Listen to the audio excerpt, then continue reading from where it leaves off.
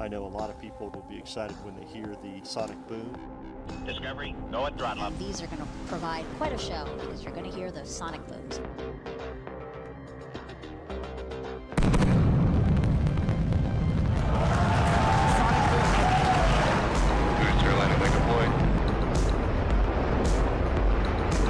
Discovery, go at throttle up. That sonic boom is great for us. That thunderclap broke the sound barrier.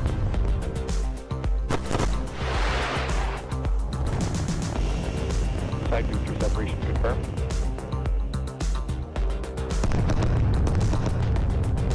Just heard the two sonic booms here in the room. Booster landing confirmed.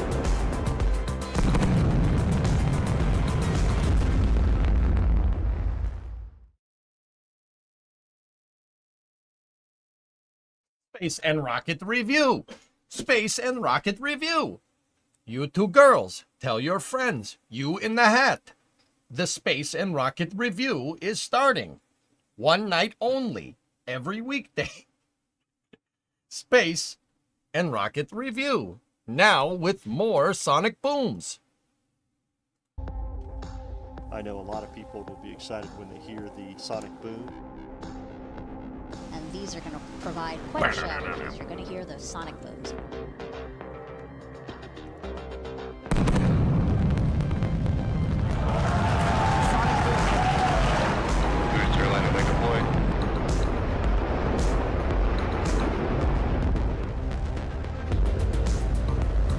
How long are you going to keep doing that bit Sonic for? boom is great for us.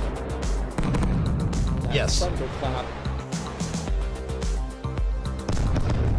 broke the sound Have barrier. you guys seen that video? If you haven't seen the video, hold on. We'll start with that. It's a pretty awesome video. I like this one. It's one of my favorite SpaceX cuts, man. I know a lot of people will be excited when they hear the sonic boom. This next shot And these though, are going right to here. provide quite a show because you're going to hear those sonic booms. It's so good.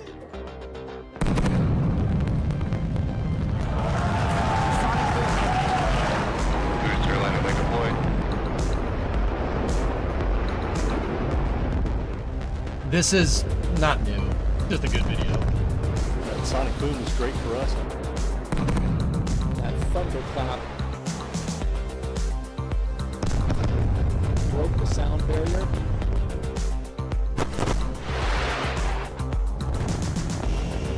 Side booster separation confirmed.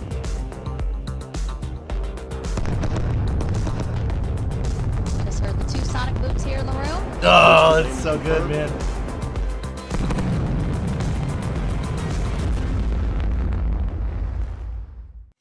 That's a great video. Good shot of Slick 4 in that one. Hold on, where? Oh, yeah. Yeah, Joe, for sure. Yeah, absolutely. Yeah, good call. That's also shot of Slick 4. Well, can't see Slick 4. It's coming into Slick 4, dude. Oh, look at that. That's sick, dude. Oh, freaking dude, that's still cool. You know, Starship, you very clearly saw my reaction to a booster catch was like, but I'll tell you, man, Falcon 9 is still pretty damn good, man. It's pretty good. It's pretty good. Like, it's pretty good. It's still pretty good, man. Can I watch this one more time before we start the space news? Ew, I stubby. know a lot of people will be excited when they hear the sonic boom. And these are going to provide quite a show because you're going to hear those Oh, sonic booms. dude, that shot is so good, man.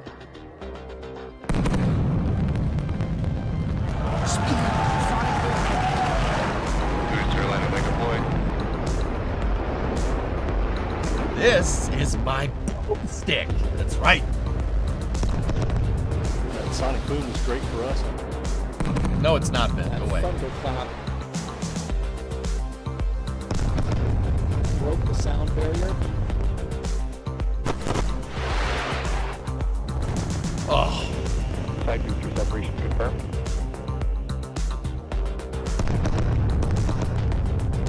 Just heard the two sonic booms here in the room. Booster landing confirmed. no good. so good. Oh my goodness. Dude, there's one of those shots, man. That shot of Falcon Heavy. Ooh. Dude, that is a nice looking vehicle. Okay? That's a nice looking vehicle. Look at that thing. That's beautiful. Which mission was that? SCP-2 maybe. It's got the upper stage band on it. That means it's a long duration mission. But yeah. Oh. Hey Bob, how you doing? What's going on? The Space and Rocket Review. Yeah, New Glenn Photobot. Yeah, you saw Slick 36 in the back, right? I know Blue wants to call it LC36. I'm sorry, I can't. Slick 36 is what it's been called for like a half century. I'm not. It's gonna take a while for my brain to revise that. Anyway, too white, yeah. Needs more reuse. I kind of agree. Oh.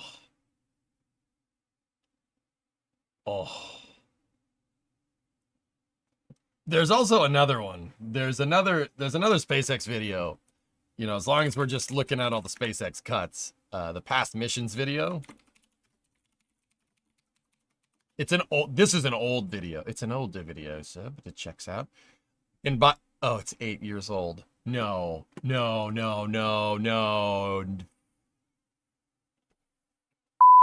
I remember when this came out. Whatever.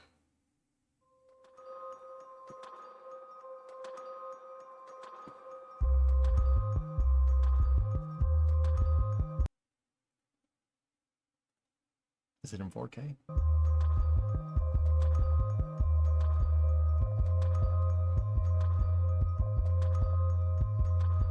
Does sonic boom affect the trajectory at all, or is it just a side effect? It's the wake.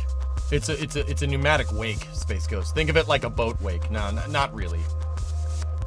But actually, if you want to learn something, there is something to that. I'll tell you in a second. Just watch.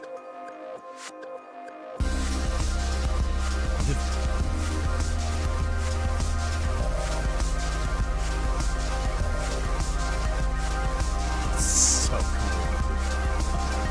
Why is that so good?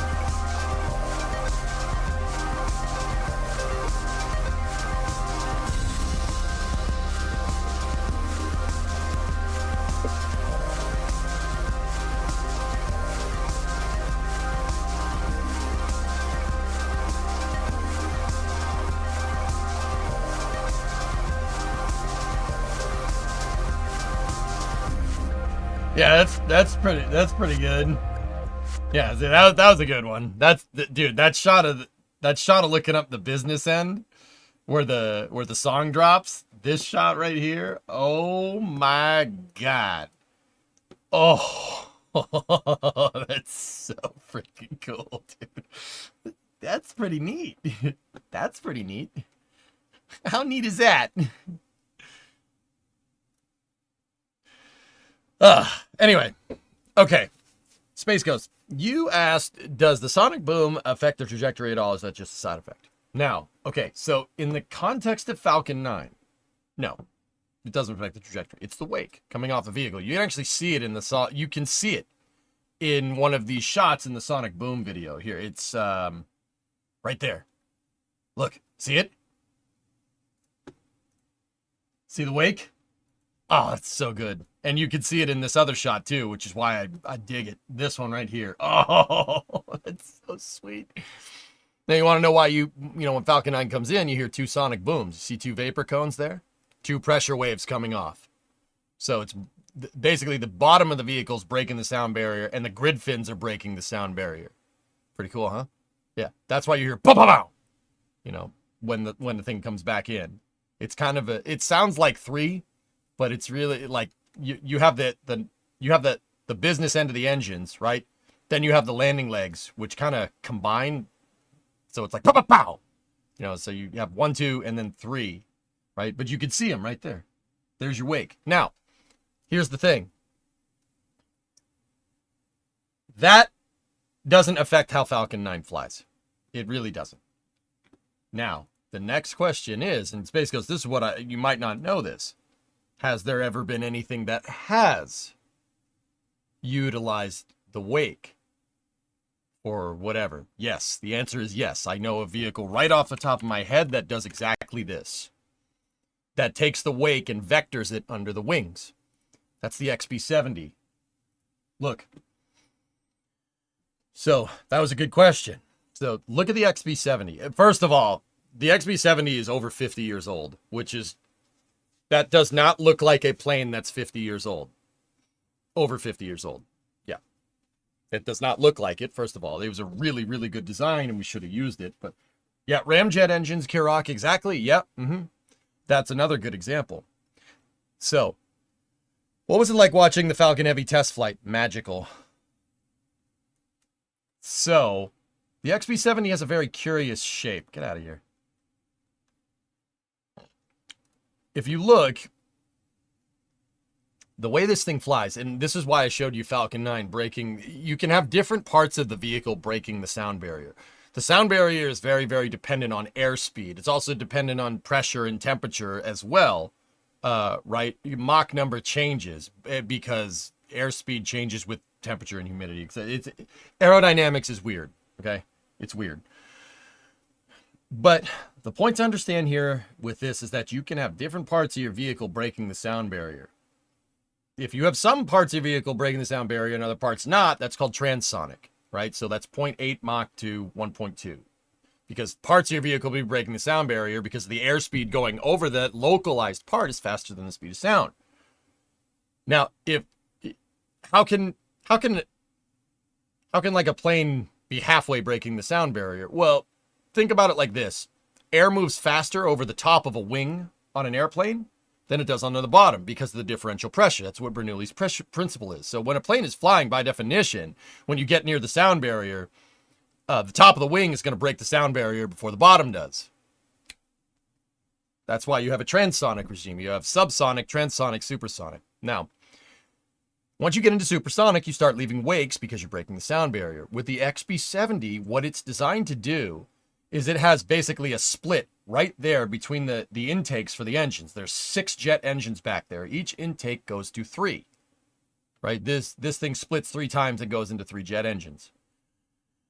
But right there, see this keel thing? It looks like a keel on a sailboat, right?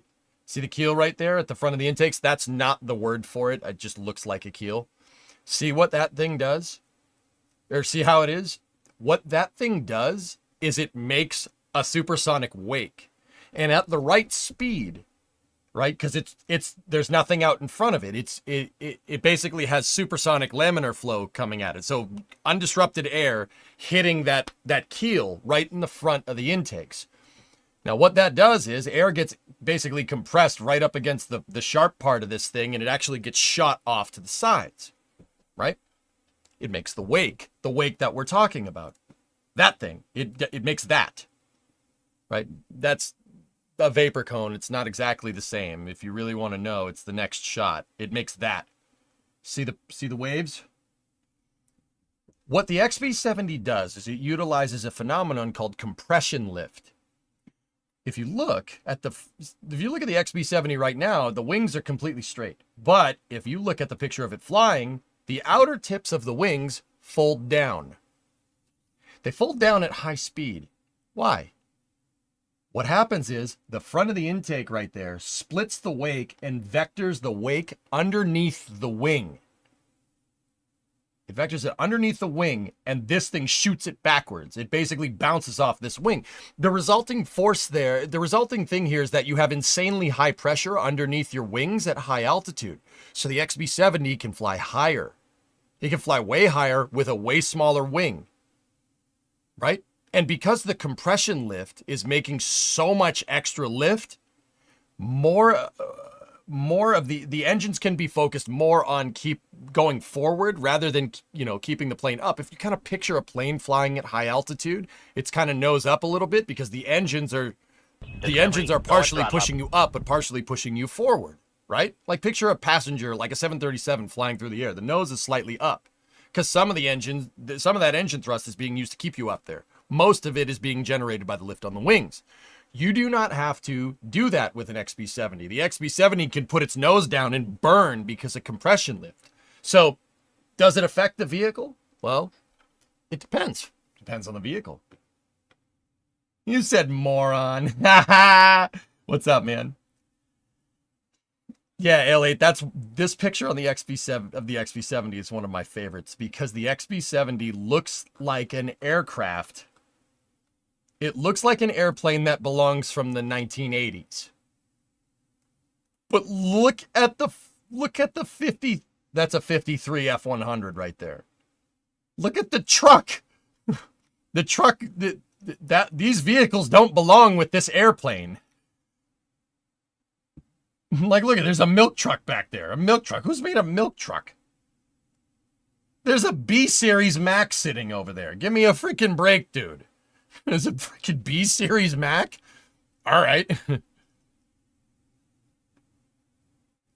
Like, dude, bro. Dude. All right, look. Look at this. That is sitting behind it. That's a B series. They stopped making those in 1966. Yeah. Okay. Freaking B series. All right. It was replaced with the ultimate in Mack trucks, the R series. Oh god. That's sweet. A sweet ride. Sweet ride. I want it. Anyway, there's a freaking B series over there. That's I think because of the grill, it's a 53 F100. There's a Dodge quad cab over there. That's a really rare truck. Old trucks with a quad cab. And then you got there looks like a Mack R series over there. Like, look at the vehicles don't fit. They don't fit with this. It doesn't look right. Pretty cool, huh?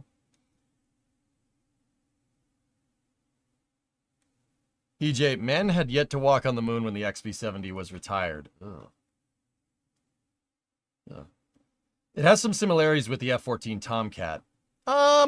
It's just a passing resemblance. The F-14 was made by Grumman. North American made the XB-70. Other things North American made over the years. Fun fact, in the 70s, they changed their name to Rockwell International. North American, what do they make? A P-51 Mustang? Good start. What else? F-86 Sabre? Yeah, yep, check.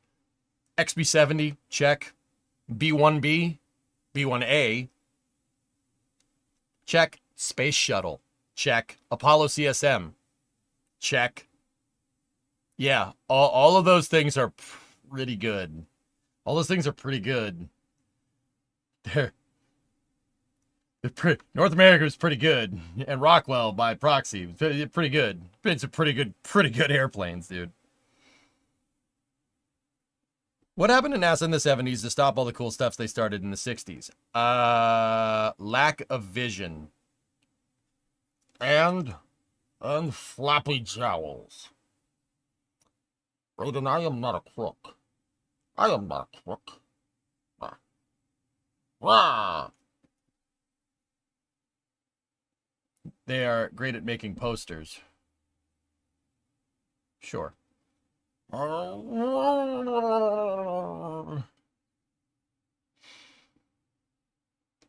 Last pulls.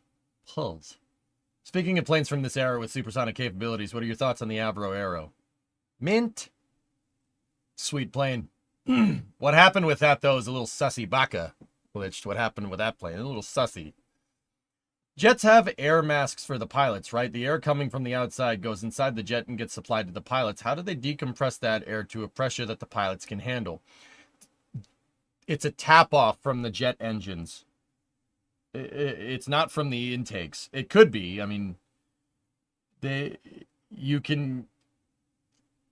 It depends, Flykin. There's a bunch of different ways to do it. You could tap off from the jet engines. It could be just a straight intake with but either way, if it's a tap off from the engines, what's called bleed air with airplanes. It's called a tap off in rocketry. It's called bleed air with airplanes. There's a pressure regulator. Yeah. There was one vehicle that used that bleed air to actually make RCS. Fun fact. Yeah, some guy in England came up with the idea of using the bleed air from an engine to make reaction control jets and actually have your plane hover and be able to maneuver around while it's hovering. Harrier, man. Yeah. Harrier has RCS on it. Yeah. And it uses the bleed air from the tap from the engine. It's really cool. I still think that's really neat. It's a really, really good design. It's Sasiabaka. That's right. Yeah. I still think the Harrier is one of the most legendary vehicles. Like, it's one of the most legendarily designed vehicles ever. There's a reason why we still use them. There's a reason why everybody that's fielded them has still uses them. The Marines still use the Harrier a lot, actually, and the Royal Navy uses them too. Like, it's a pretty good design. Harrier has one engine, one motor to make the whole thing hover. That's pretty good. That's a pretty smart idea. Become an agent of chaos. What is that?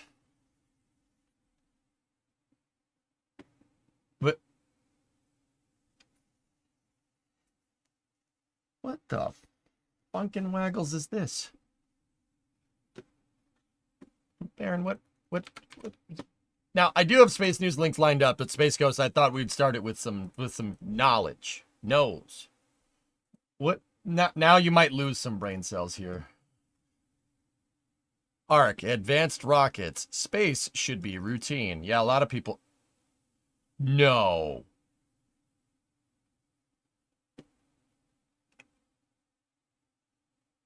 No. No. I haven't covered Viper stuff. No. No. No. No! Oh, what are you doing? It looks like you glued a freaking 727 onto the back of a rocket. What?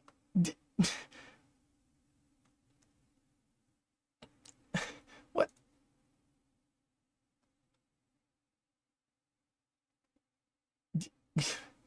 What? Make it stop. Make it stop.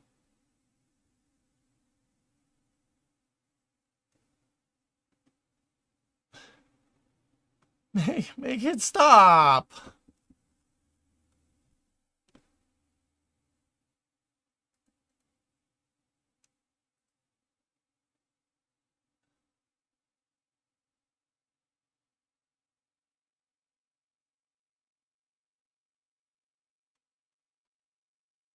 Oh. Oh. What are you doing? Why? I got a creeper. Cirrus. Dude. Cirrus, okay. Part of me, it's so gosh darn bad, bro. Like and it's, I guess just not Cirrus. Like, you reminded me because you know, you're out doing your thing, right? Like, part of me is like, where are you getting funding, and how did you pitch this to somebody? And I might not be able to know how to build a rocket, but I can pitch ideas. I'm very good at that. I'm very convincing. These guys can convince that rocket with a 727 glued to the back of it, air breathing. If they can convince that and get some VC, I'm like pretty damn convinced that I could do that, because that design is it's out there. Isn't that just Sabre? That's not even Sabre. They have 3 jet engines that are supplementing their rocket exhaust. They're basically using jet engines as attachable SRMs, except they don't detach, which...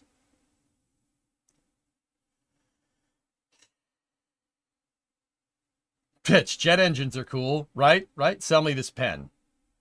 Write something down for me. Yeah, but why 3? What is... How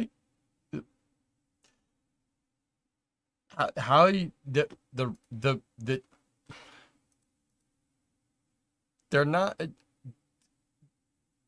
state or how your engines I can't do this.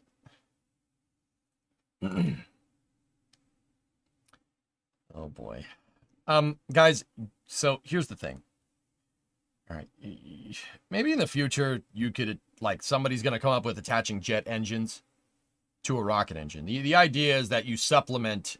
The idea is that the jet engines are super efficient. That was my knee hitting the table, by the way. Jet engines are super efficient down low in the atmosphere. So if you use them, if you lay into your jet engines when you're lower down, right, and then when you get to the upper parts of the atmosphere where the jet engines don't work anymore, you can ignite your rocket engine and go. Not a bad idea. The thing about that is that rockets don't spend a great deal of time in places where jet engines are good.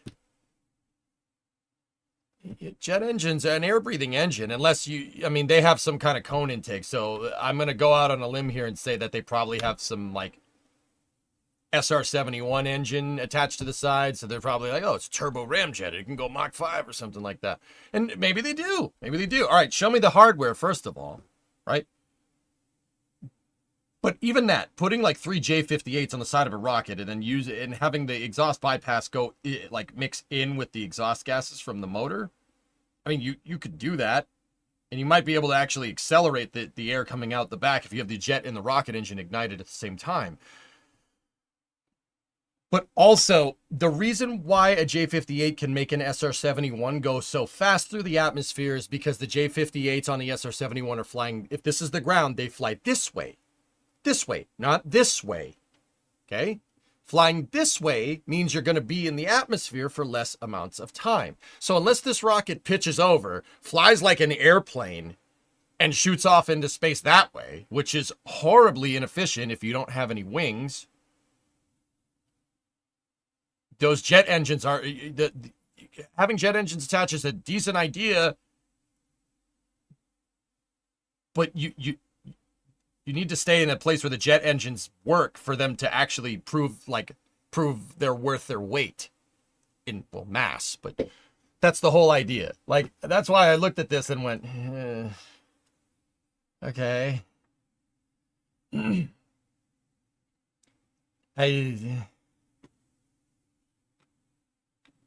400 flights per rocket, 700% efficiency improvement, $100 per kilogram to Leo. 10 patents.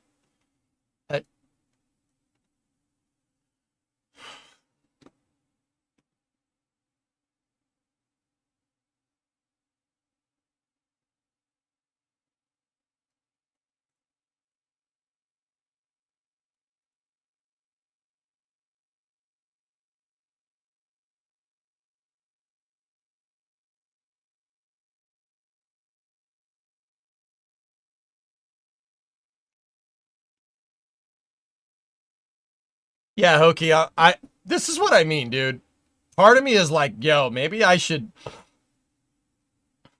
Yo, let's go get some VC and build a damn rocket. For the love of Jeb. Dude, 700%. Where'd you pull that number out of? Honestly, I'd be curious to see the math. You sure that number's not made up? You sure about that? You sure about that? Where'd you pull that number out from? Oh, 400 plus flights? What, did your computer graphic tell you that? They pulled that number out of the square hole.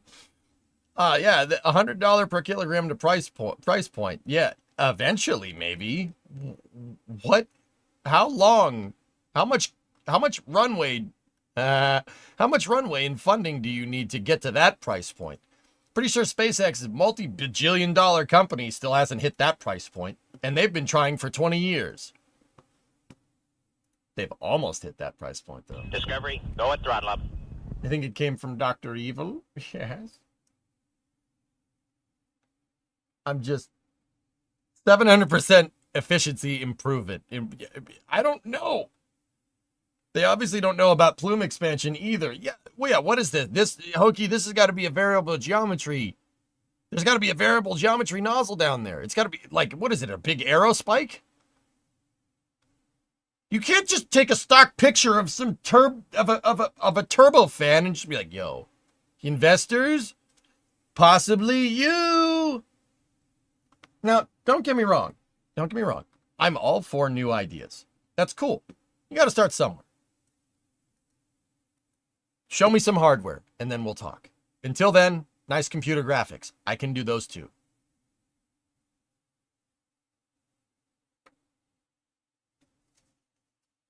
Also, that's HTV. Yeah, exactly. They just took a stock image of the ISS with Canadarm2 and HTV.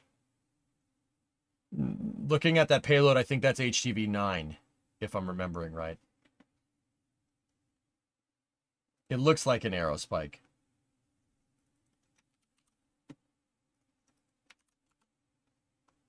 Oh.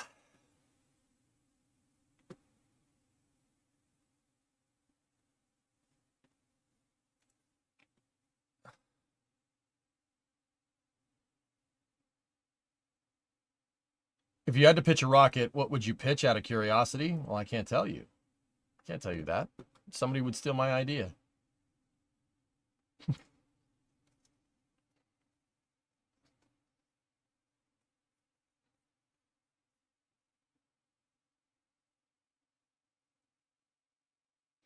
Pilot Mike Age, I just saw a semi-truck carrying a wide load down I-10 heading west.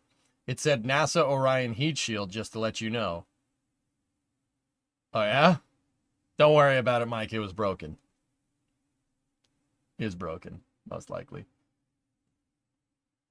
That's a pen, not a rocket. Where can I invest in an NFT of this? Like...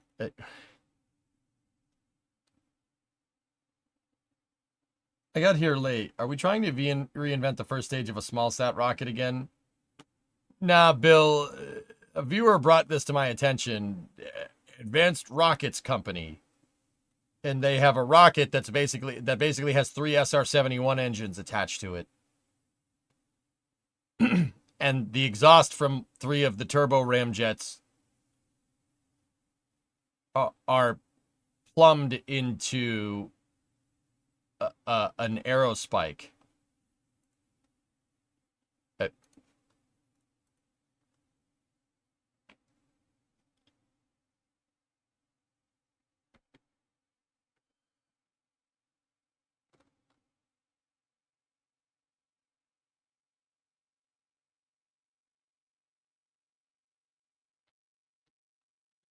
Your company would obviously be called Rockets Worldwide. Investors? Possibly you. I'm pretty sure Prestige Worldwide was a better pitch.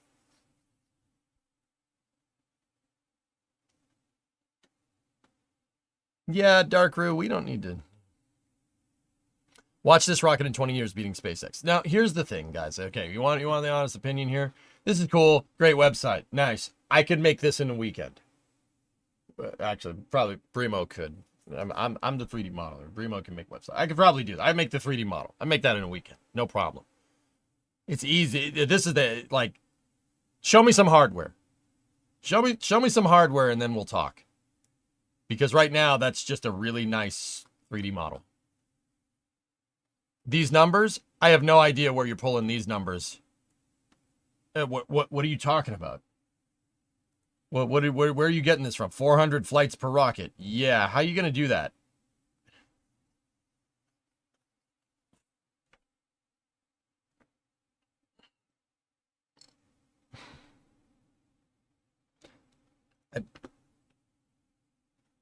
No white paper? I didn't see anything. Faust, I didn't see nothing. Need Ace?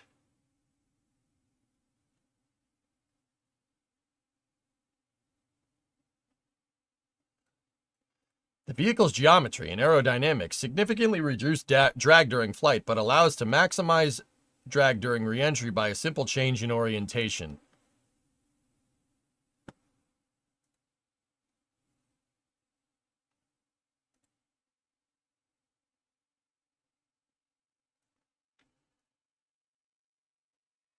The enormous heat load generated during high-speed flight within the atmosphere is a major pain point for most air-breathing systems. Low drag, combined with our game-changing heat management approach, allows us to sustain flight in the hypersonic regime for long periods without significantly impacting structural integrity or reusability. But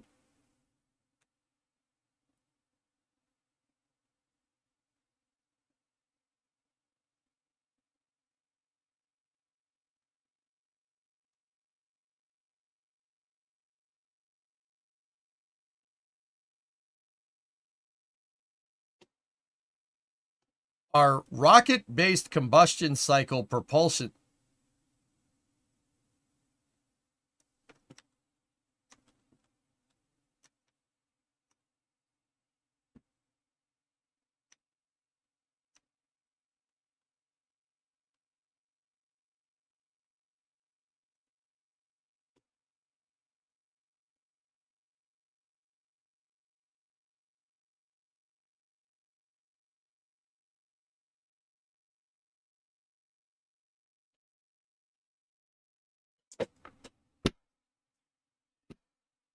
Our rocket-based combined cycle propulsion system. Okay. I thought that said combustion cycle. I got very confused for a second. Our rocket-based combined cycle propulsion system has a unique approach that allows us to use the same system during air breathing in rocket mode. This allows seamless and simple transitions between easy operation mode and massively reduces dead weight. Wait. Our engines will be operational from Mach 0 to 10 with an estimated specific impulse of 1800. Most traditional rocket systems operate around 3. What you're combining the specific impulse of your jet and rocket engines. Nope. That's not how that works.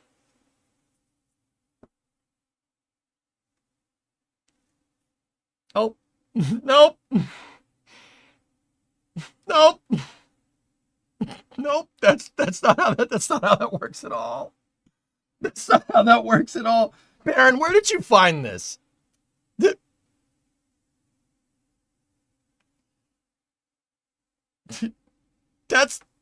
No.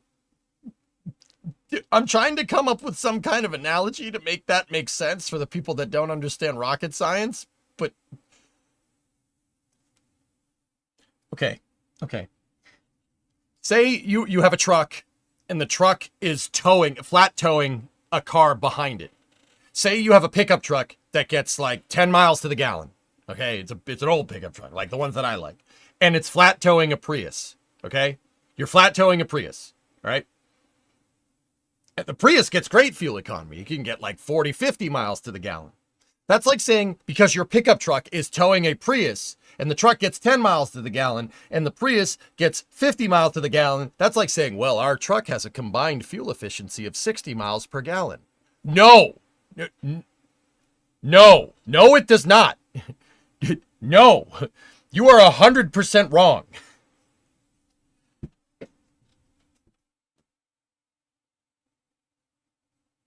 No. Stop it. Stop doing that. There's enough buzzwords on that website to... Yeah, X-Wing, not saying that, but all right. Yep. That's not how that works at all. Oh, yeah, also making a jet engine that can go Mach 10. Yeah, no one's done that. That's never happened.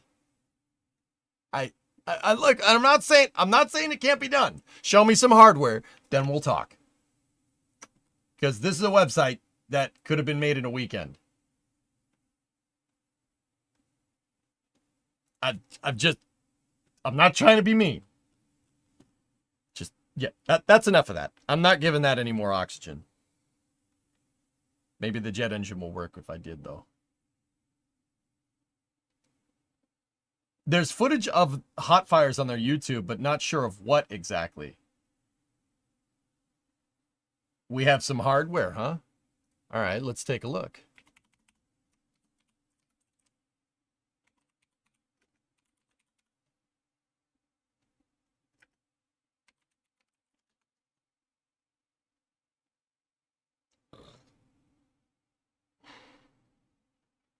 Hot fire. All right, let's see. Let's see some hardware.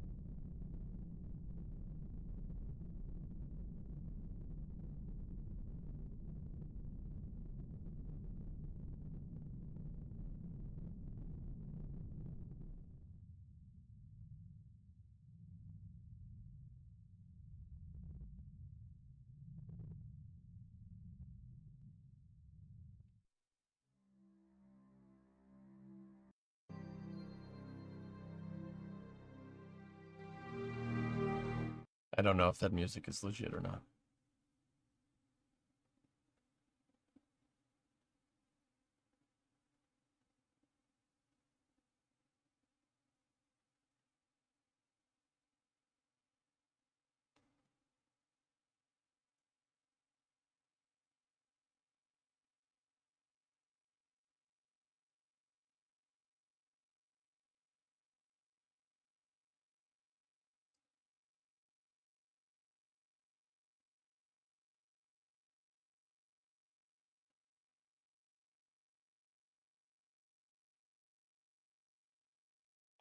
I like this design better than the website design. To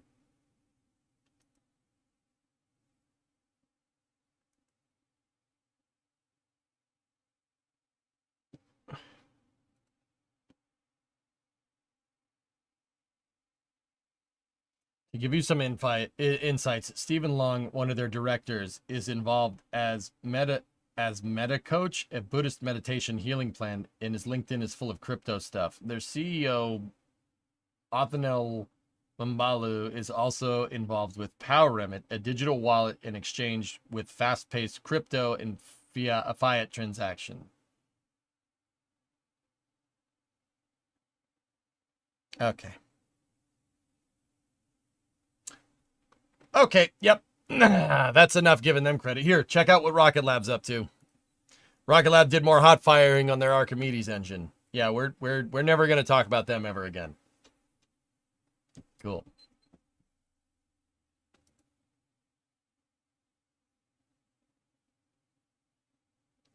Very nice. Very nice. Thank God it's over. Don't worry about it, Joe. Very nice.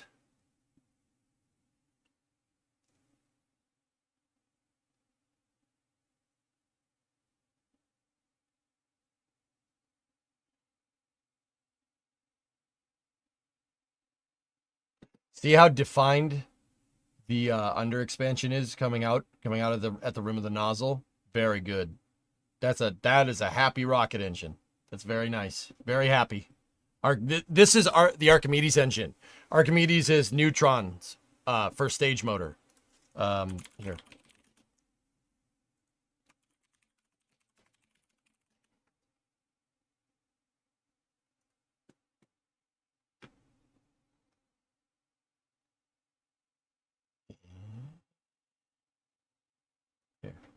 This is from a couple of years ago. Just listen.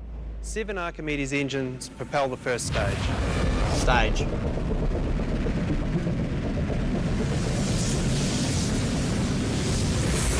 It's because of the ground plate.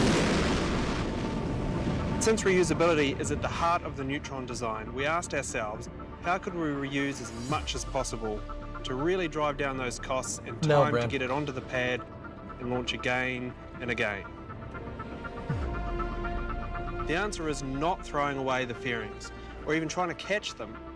This is outdated. They then switched to open cycle for stage combustion. I'm trying to show people what the rocket does, Erudite, and what it's for, not the plumbing. The best way is to never get rid of them in the first place.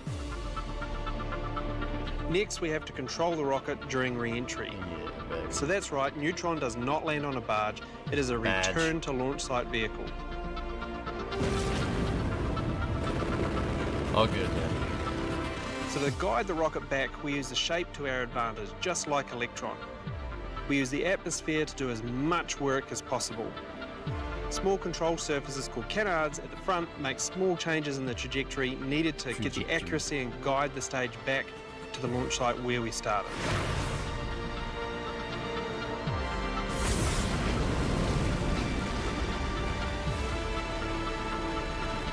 Canards. Yeah, that's what the engine is for. So what lands back on Earth is a complete first stage, fairings and all. See, here's the thing. Rocket Lab showed this, and I'm like, okay. When they showed this, I said the same thing. I was like, okay, I'll believe it when I see it. But also, there's your engine right there. See? That's the hard part. Propulsion is always the longest lead item in any rocket. Any rocket design. The engine is the hardest thing to make, just like it is just like a car. That's the hardest part of a car to make. Engine or motor, I mean, pick your form of propulsion, right? That looks pretty dang healthy. Yeah, very, very nice. Now, if like you asked, why is the plume not symmetrical here? It's because of the ground. Well, specifically this ledge right here. Rockets, the rocket engine is actually moving the air so much it actually creates a vacuum and it pulls stuff this way. What you're seeing is the turbulent air that's getting sucked underneath the rocket interacting with the plume right there. You're getting a small bit of air compression here from the vacuum that the rocket is making. Note that the ground is a lot closer than the ceiling, so the plume is a lot more defined. This is a lot more like what you'd see with the rocket motor. Very nice, very nice. That is not. This is why, you have horizontal testing like this, and you have vertical testing too. It's good to have both of those types of test stands. That makes sense, dude? What is the mass to orbit with the Archimedes? So, Neutron is a medium duty launch vehicle. Medium duty. So,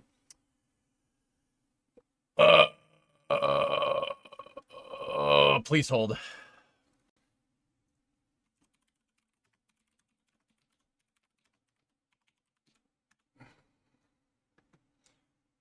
Uh, 13 tons. 13 tons for Neutron. Discovery, go at throttle up. 15 if you're expending it. So, yeah, I mean, look, the propulsion is the hardest part. This looks pretty good. That engine is nice and healthy. See how crisp? See how clear that plume is defined? See how crisp the shock is? The cone? It's really straight. That's really nice. You could tell a lot about what's going on with inside of a rocket engine by looking at its exhaust. That really gives you a pretty good sign of what's going on inside of the combustion chamber. The more smooth and the more crisp this is, the better. It's very, very defined. That's real nice. That's a healthy motor right there. Real healthy. Defined. Hey, Builder, 27-month resub. So am I correct in assuming it doesn't do a boost back? I'm not 100% sure on that one, Uncapping, to be real with you. I don't know if it, once arounds, it might boost back. I'm not sure. Phil, you saw a post from Mike Sheets that Peter Beck may be the first person to become a billionaire by starting a rocket company. Insane how well they're doing. Oh, interesting. Nice. That would be SSTO. Yeah, it's got to be able to boost back and land because it has an upper stage. Would it? Yeah, Hokey, it's 13 tons with boost back, which is pretty respectable like.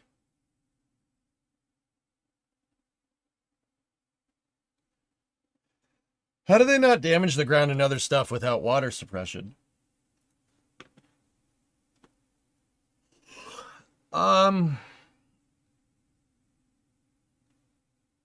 If they did spray any water down here, Flykin, at this point in ignition, it would have all evaporated. But it looks like the concrete's pretty abrasive right here, so they might not just use anything. It might be high enough off the ground where it doesn't matter.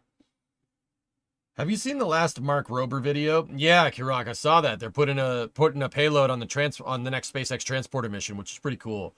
I think it's neat that a YouTuber can get payload into space. That's pretty cool, man. I know Mark Rober's ex-JPL. I know. He's a good STEM guy. Real good, actually. Yep. They posted this last week, their launch mount. Yes, they did. They did. I did retweet this, but I forgot to show you guys this yesterday. Thank you, Mutter, for reminding me. Neutron, and what do I always say? Anyone can do computer graphics. Anybody can do that. Anyone can do computer graphics. I can do that. I've shown you how to do this, right? You could say you're going to do this. You could say you're going to do that. You could say you're going to do anything. Where's the hardware? Listen to the people that actually have hardware, that actually have stuff being built. That's the most important part. You can say whatever you want. Talk is cheap in the commercial spaceflight industry. Actually, talk is cheap in the spaceflight industry, period. Right? But look, they got a pad pretty good, man. Here, let's go down here. Let's go to my profile. Check this out. There it is. They're building Neutron's Launchpad. There it is.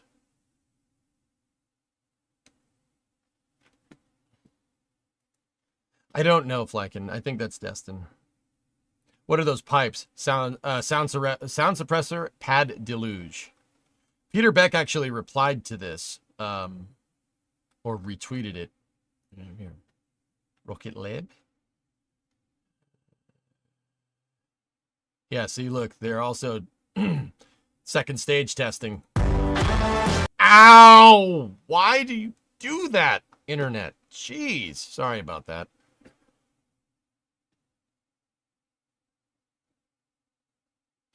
Yep, there you go, second stage testing. There's some hardware right there. Pretty good. Discovery, go at throttle Hey, up. Yusuf, how are you? Second stage vaping, yes. Yes. It's a pretty high fidelity testing article there. Look, it has the it has COPVs for tank ullage built into it, man. It's just missing an engine. That's clearly a brewing tank. Yeah, you're right. Where did Peter Beck? All right, whatever. Hold on. Where's Peter Beck?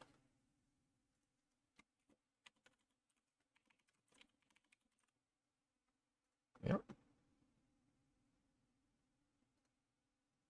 There you go. Not bad.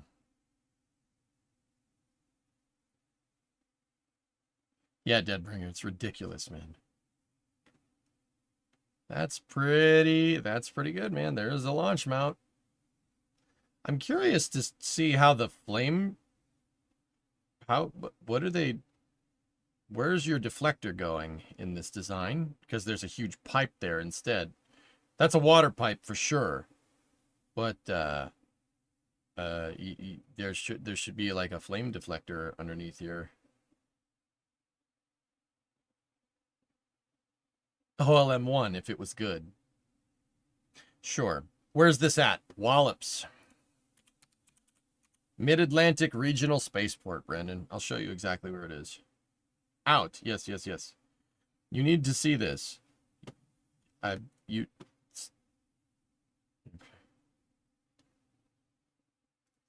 We've seen that already, Baron. Mid-Atlantic Regional Spaceport is right here.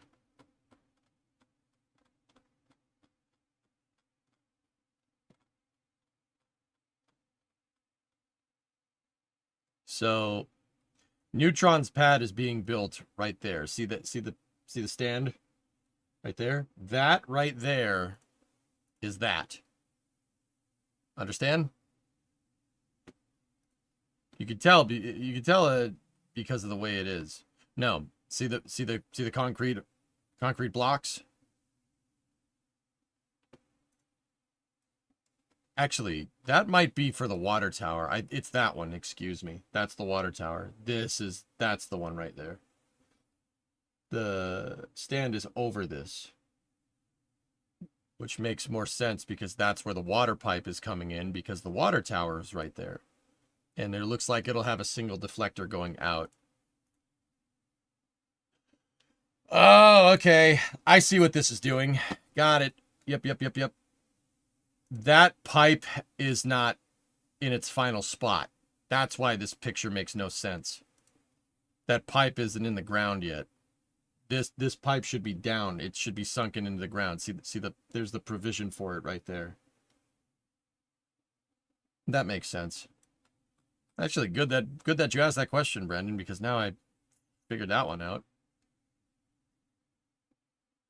Where does the pipe go? That's right. It goes in the square hole.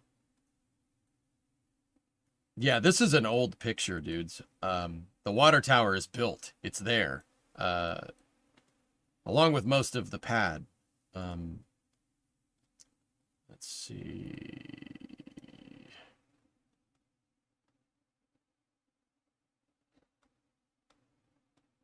Please hold. And all this Electron rocket stuff. Yeah, that's the picture that we showed before. There's, that's going on top of the thing that I just showed you, for what it's worth. That's going to stack on top of those holders that we just saw. That's Neutron's pad. That's a picture of Neutron right there.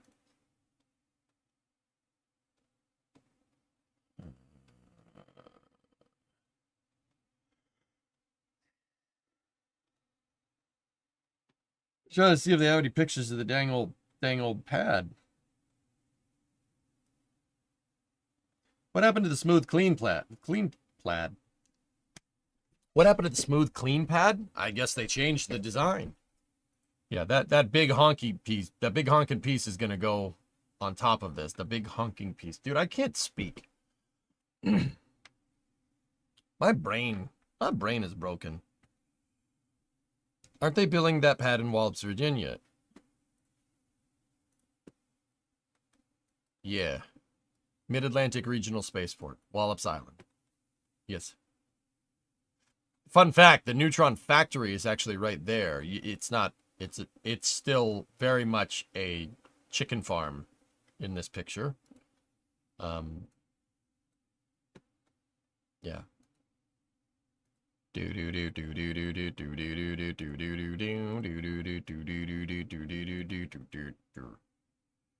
Yeah, they bought that parcel of land and they're making it their Neutron factory.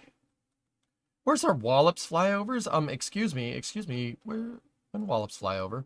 Antares' pad is right there. Electron's second or third pad is right there, and then Neutron's pad is right here. So yeah, Wallops has more orbital rocket vehicles right now than ever. Than ever. That's the end of the sentence. If I recall correctly, Wallops is limited for 18 launches per year. 6 liquids and the rest are solids due to EPA rules. Kind of sad. I have a feeling that might not be a thing anymore. Maybe I'm presuming. Anyway, on to something completely different. Here, check this out. So this is coming from my buddies over at NSF. So I want to get the word out on this because it's actually super cool. NSF is going to be interviewing Don Pettit. Don Pettit is up at the space station right now. He's part of the Expedition 72 crew. He's up there. He flew up there on a Soyuz. Yeah, that's cool. NSF has an interview with an astronaut on the ISS. It's next Monday at 11:45 Eastern. That's 15 minutes before my normal start time, which prompted me to post this during the break. Well, chat, the stream start time might be delayed next Monday. Not missing this. So, didn't Cygnus used to launch out of Wallops for ISS resupply? It used to. You know, because Northrop Grumman had a solution to build their own in-house heavy launch vehicle and decided they didn't want to do that because it was too expensive. Even though the Air Force footed $500 million for it. Yeah, they decided they didn't want to do that. That's right. You heard that right. The Air Force paid Northrop Grumman $500 million to develop a solid rocket heavy-duty launch vehicle called Omega. And when the Omega didn't get any contracts, it didn't get down selected by the Air Force for defense missions, Northrop Grumman decided they didn't want to make that anymore. And at the time, they said, don't worry about it. We'll just keep using Antares, you know, the rocket that has Russian engines and a Ukrainian core, first stage. This was before 2022, by the way. Yeah. Oops. So yes, Antares used to launch there in the 230 plus configuration with Russian engines and a Ukrainian core stage. Let's just say those supply lines dried up.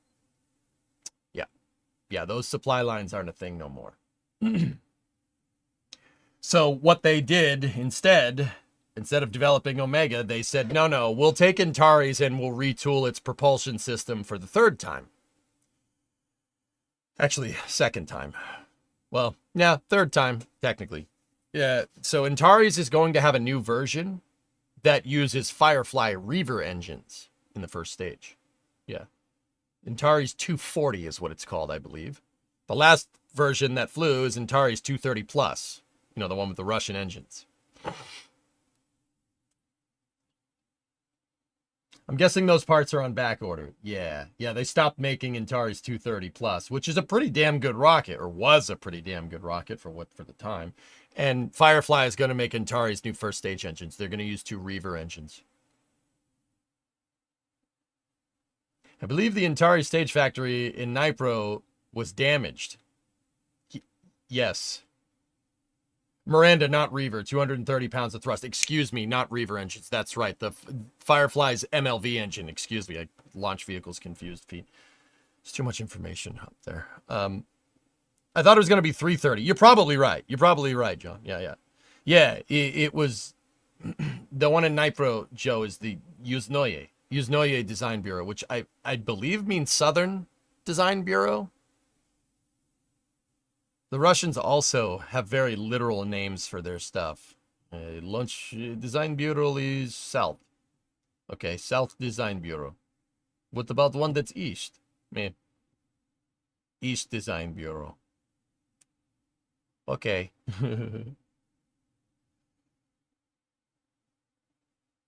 Yeah, Southern. Yeah.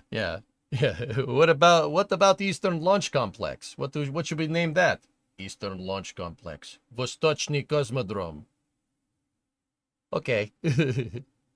For sure. Oh, boy. Antares 330 is the Firefly first stage, Northrop Grumman second stage. MLV is new second stage as well. Yeah. The Miranda engine goes on MLV, but MLV is a different vehicle than Antares 330.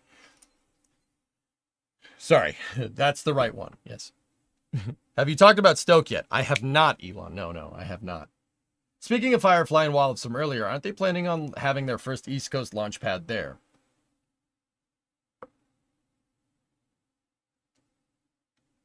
I think so, NG. I think so. No. No, they have the lease on a pad on Missile Row. I forget which one. I think it's... Don't tell me. Shut up. I think it's LC-18. I think. No, can't be 18. 19? 20. Damn it!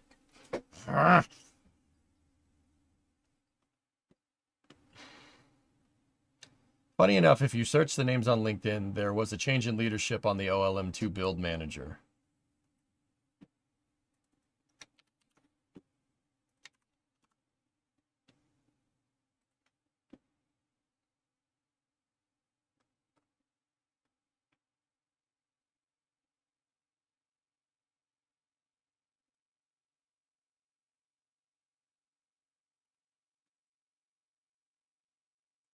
Christopher Bowman and Robert Bulin.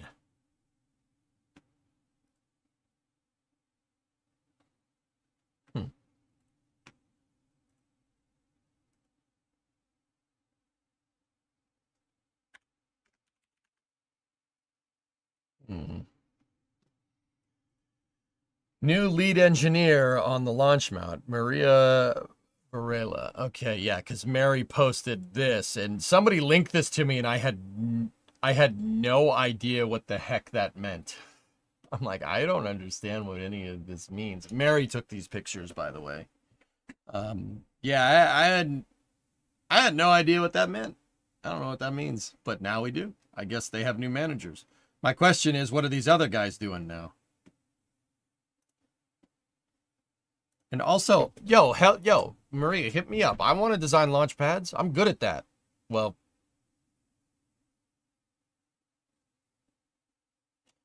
don't tell her about the SSTO pad, okay?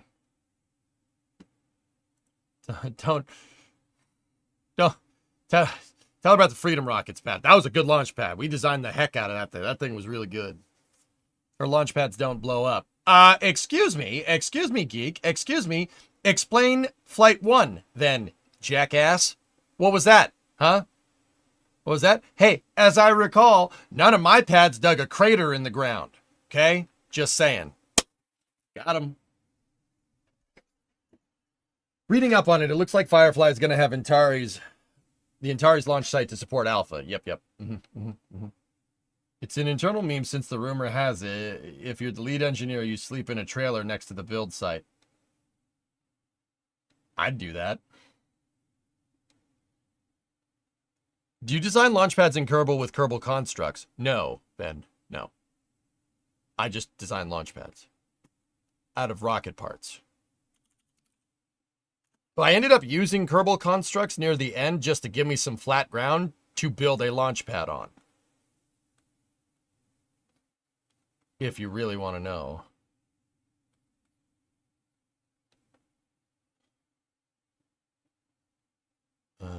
Give me a moment. Picture time.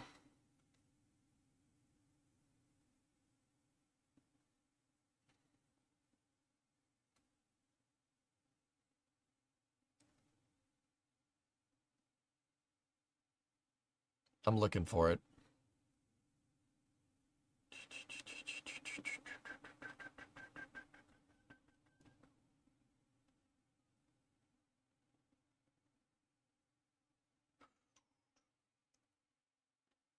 This will suffice.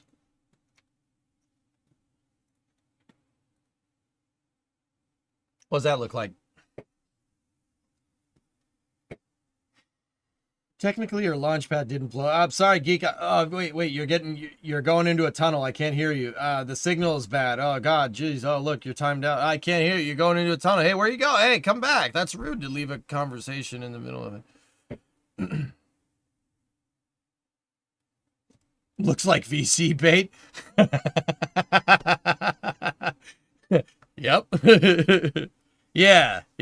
Ben, that's LC-39A. It's launch mount and a Falcon 9-esque rocket. Yeah. Building real life analogs and building stuff in video games, like building the Pillar of Autumn in Satisfactory, is not. Satisfactory ain't the only game I do that in. In Kerbal, we built real working versions of real life launch pads. Well, fake working versions of real life launch pads. That's yeah. Everything's fine here now. How are you?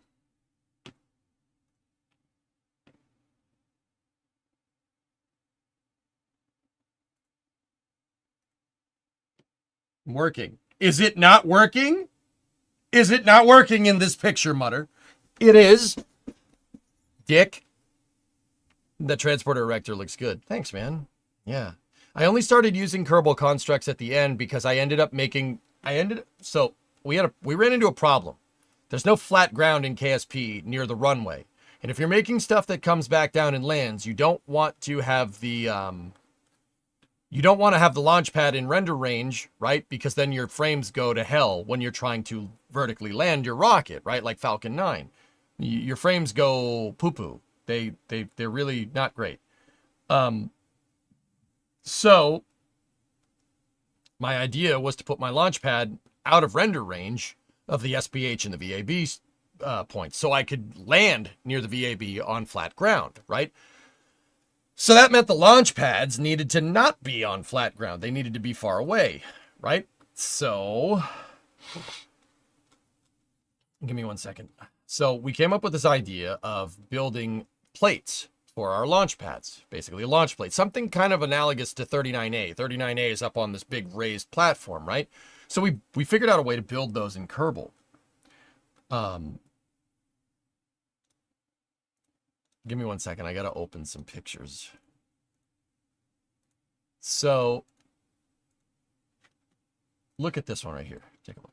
Open this. So I put all my launch pads on fuel tanks. We stacked a bunch of fuel tanks sideways, and you made a plate. You made some flat ground for your launch pad, right? So this gives me room to put the hydraulics in there so you can verticate the vehicle, right? So the thing is, this thing couldn't bend. It needs to be super strong. So I figured out a way in Kerbal using auto strut and a combination of struts, a combination of regular struts and auto struts to make a pad base plate that was rigid enough to hang it off the side of the runway. Yeah, this is where the horizontal integration facility was.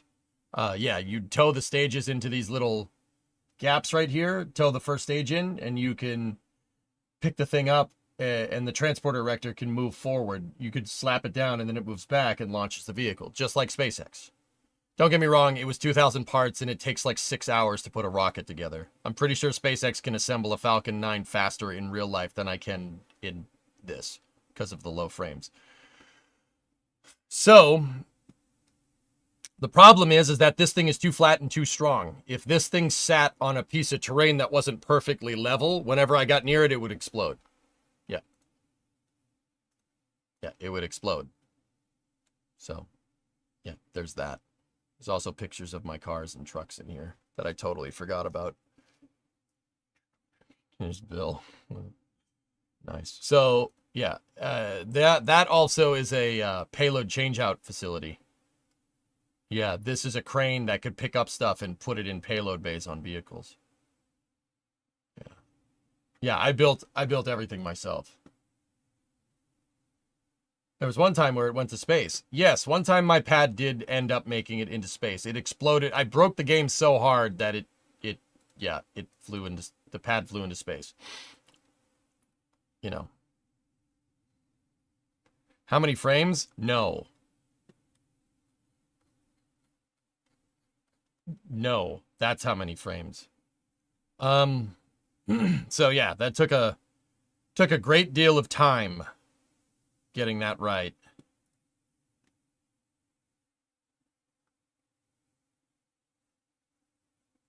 Give me 1 second. The pad manhole covered itself. Yes, that's correct. There is a mod that somebody linked a little while ago, guys, just on a quick side note. There is a mod that somebody linked a little while back. I forget who did it, but I have that page bookmarked. It's KSP Community Fixes. Community Fixes supposedly gives you better frames. So, you know, when we're done building out the pillar and stuff, or at least to a point where the project is to my liking, like we're making good progress, I want to give that a stab just to see. I want to see how good the Community Fixes is. Just out of curiosity. We'll see how close we can. What's a good word? Nothing, Rod Guy. How are you? Oh, yeah. Also, I made Venture Star and its Launchpad.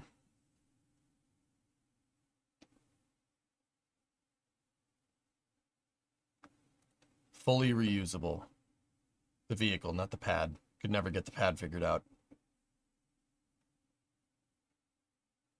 Enjoy a later watch of your show last night. Apollo Deep Dive stuff is awesome. Yeah, yep.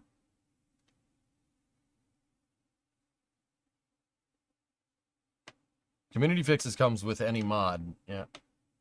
Yeah, KSP Memory Lane.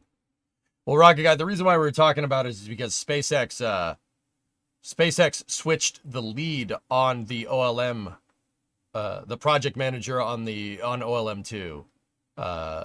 They shifted some personnel around, and it's funny, they made a joke about it by here, look.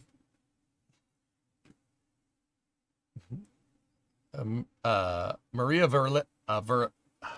Varela, excuse me, is managing the OLM project.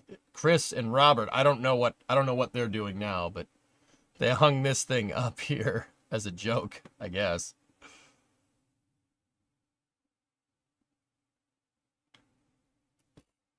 Yeah, I know, Apollo. Reusable SSTO, single use pad.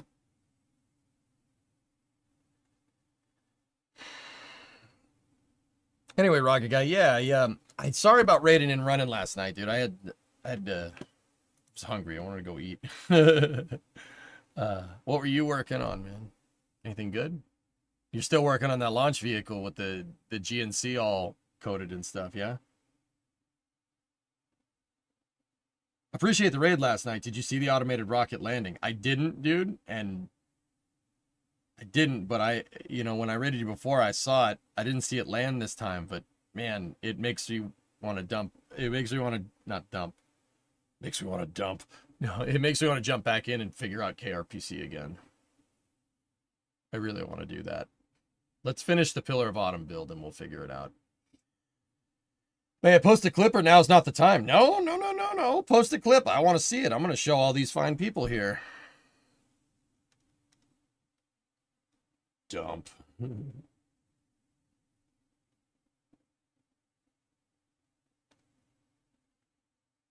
We're going to dump the clip. Dump it. Gib clip. And 9 wants it. So now you have to. All right, let's see. Rocket Guy is working on building a fully automated reusable launch vehicle, kind of in a similar manner to what I do. Oh boy. Oh, it's a Hyundai. That's good. All right, let's see what we got here, buddy. It's trying to get there. That's our targeted landing zone right there. Looking good. So that's Rocket Guy over there. All right. Not bad. Coming down right on top. Oh, I know this guy. I've seen him before. Rocket Guy is an actual rocket scientist, Ben. So yeah, you guys should probably go watch his stream. Nice. He's pretty good at this. Note that he's not controlling Standby this vehicle. for engine burn. It's doing this automatically.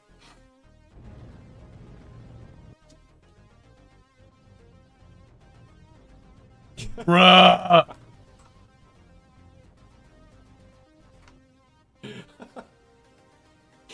Oh, that's so cool, dude.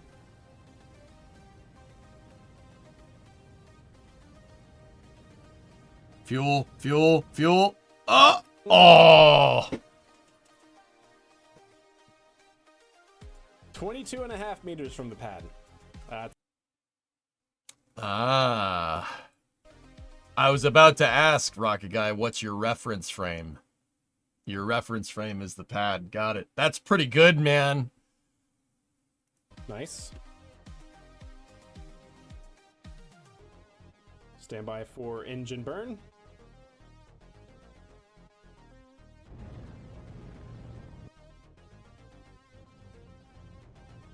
Dude, that's sick. That's so cool. Dude. Uh-oh. So Rocket, right there. Take the lock function in your Cal controller, shift it a second to the right, just to be sure. You got to let everything settle and then hit the lock. So, yeah, there's a threshold for the rate for locking it, you know. Or if you didn't, there you go. I had that problem on MLV. That's pretty damn good, dude. Oh, that's not bad, chat. It's pretty good, man. That's pretty good.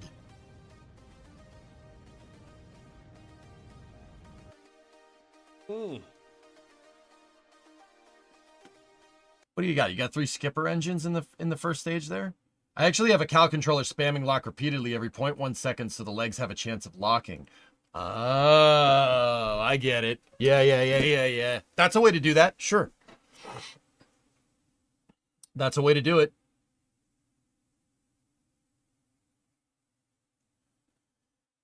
That's cool, dude. Can I watch that one more time? So this array of numbers here, Rocket Guy, this is your reference, the vehicle's reference. So distance from X, Y, and Z relative to the pad. Yeah.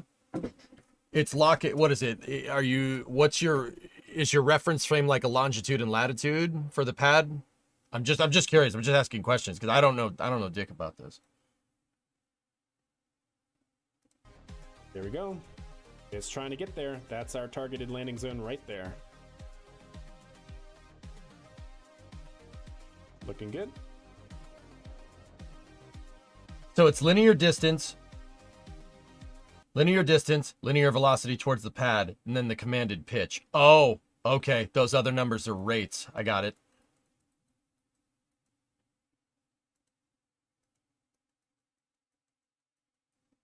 or no, it wouldn't be commanded. That commanded wouldn't be rates, right?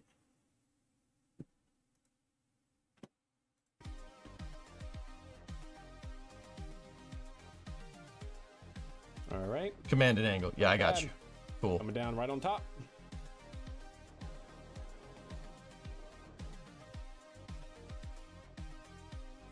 I really hope this music doesn't flag. It might. Stand by for engine burn.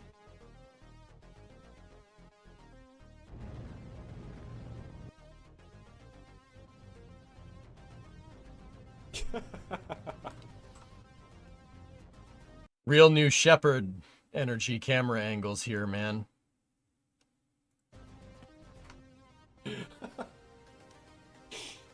Oh, that's Sick, dude. not bad, chat. It's freaking sick.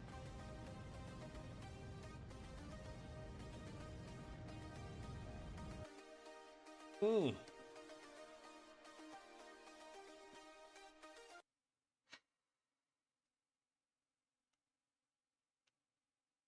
That's pretty good. Yeah, Conan, it looks like this camera angle looking down the crawler way at the vehicle, it really looks like the angle, the camera angle that Blue Origin uses for New Shepard landings.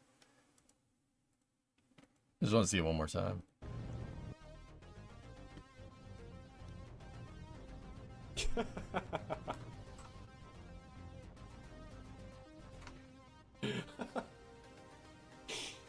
Oh, that's not bad, chat.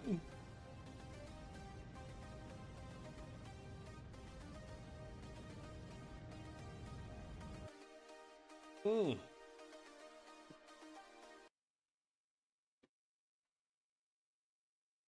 Pretty good, man. It's pretty good, dude. That's impressive, man. That's not easy to do, even in Kerbal. You are a gentleman and a scholar. It's pretty awesome, dude. All right, anyway. Back to space news. Guys, that's Rocket Guy over on Twitch. I2OCKETGUI.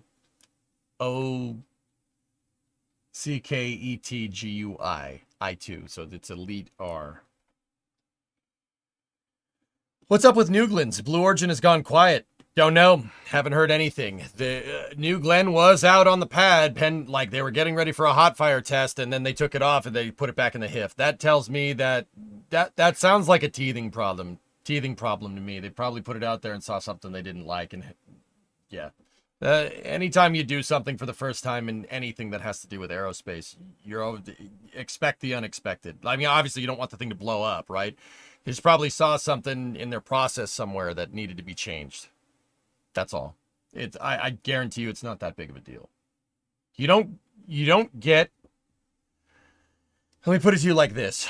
You don't get that far into your processing, like integration processing. You don't get so far as to put the entire stack up on the transporter erector and then like erect it for the vehicle to not be like good. You know what I mean?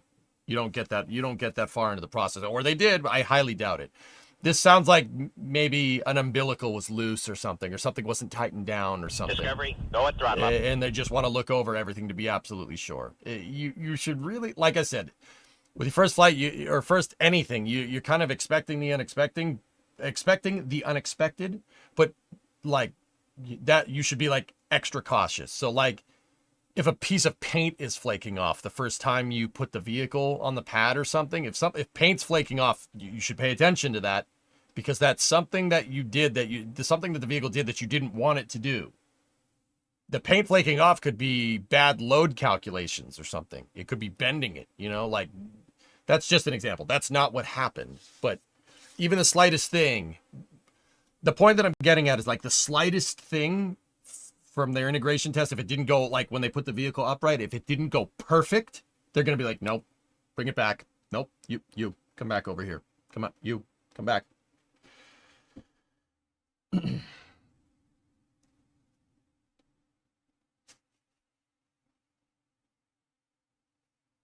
I might want to tell Boeing that Starliner comes to mind.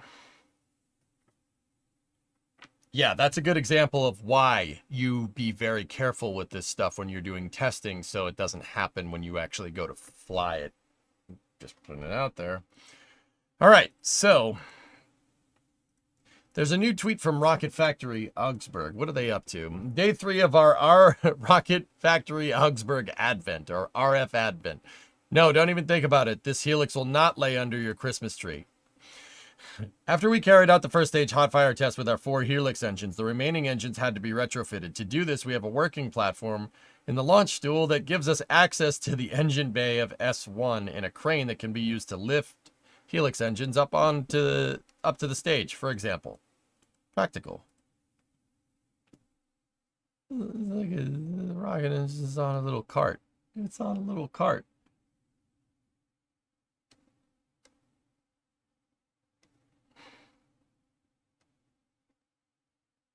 They brought it down to do something. Went vertical again, and then took it off the pad completely. So, David, think about this.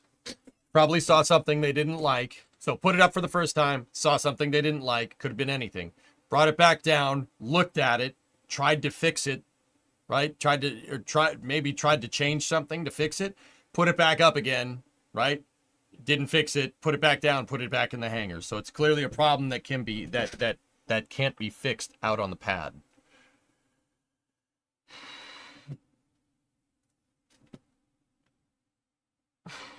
Yeah, I like RFA a lot. RFA is cool. Yeah. Sweet.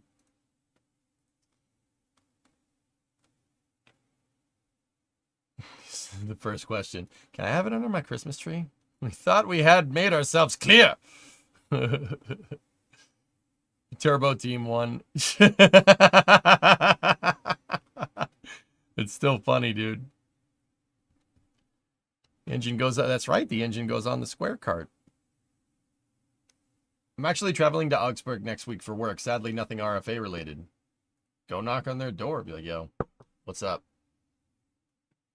Give me a postcard. They might do it.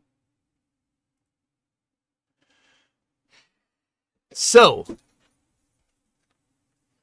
this is coming from a company called Axiom Astro. I'll admit I've never heard of this company before, but check this out.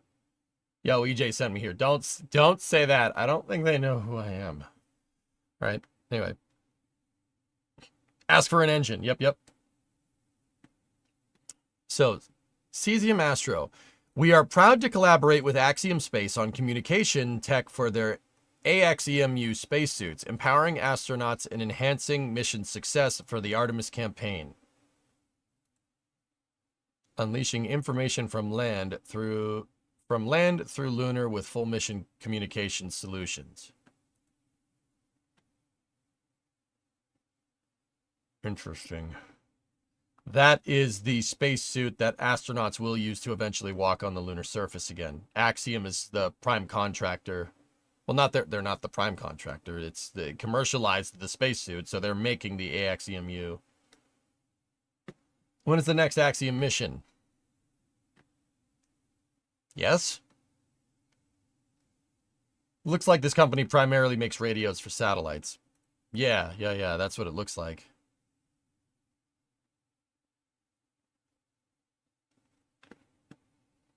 Yeah, cool.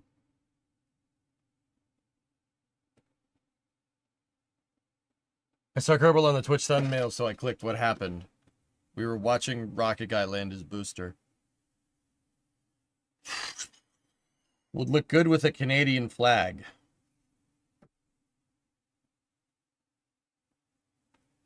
Offended American noises.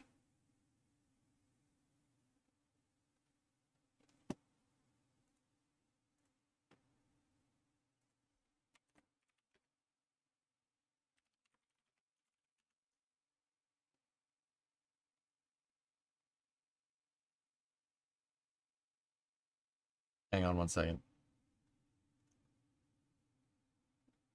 Do you know what offended American noises sound like? Do you want to know?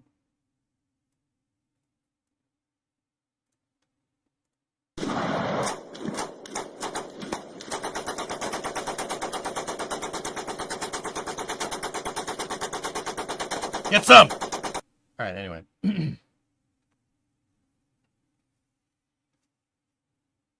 Red and white, come on, I'm right. No, where's the blue?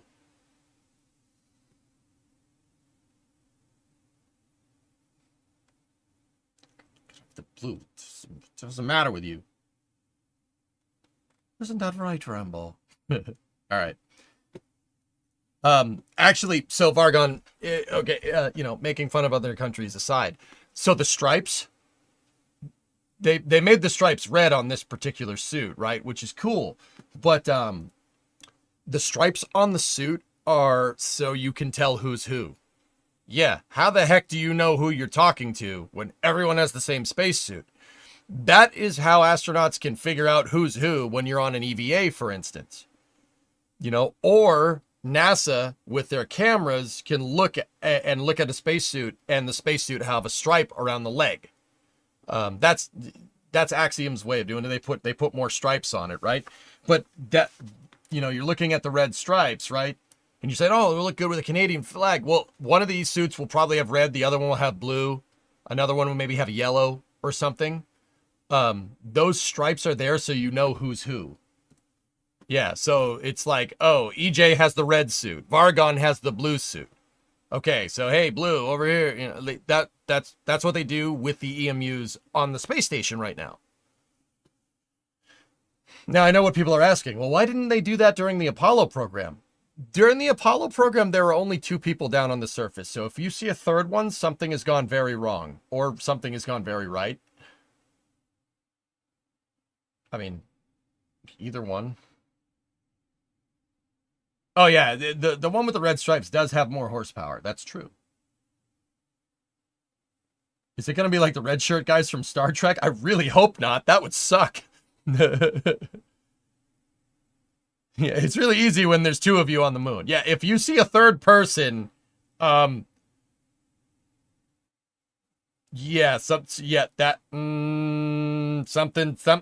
gone a little weird.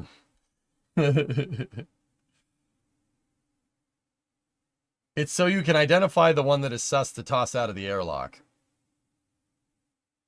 Amogus. You run. Yeah, exactly.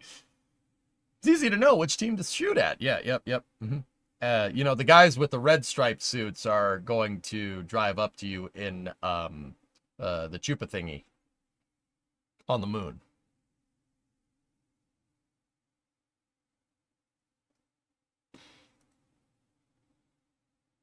What?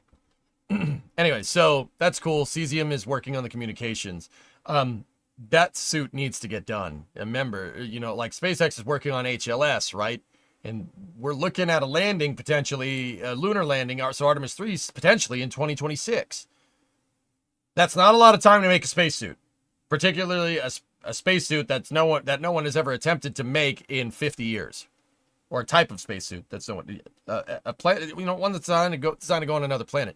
No one's made those since the A7L and the Apollo program. So that's not a lot of time to do it. So I'm hoping Axiom can pull through. I really am. What about big numbers on the suits? Well, you could put numbers even too, but the stripes are easier. I mean, that's just based off of astronaut feedback. So, I mean, I don't know. What is it, a football team? I'd be having a southern accent. I love Caboose, and yet I'm still afraid of him. He's so scary. So, Stoke Aerospace is working on their Nova rocket, and they've released renders of what it's supposed to look like, but they released new renders today. They redid their website, and it has this thing on it. We got some new pictures of new updated renders, I should say, of the vehicle, which is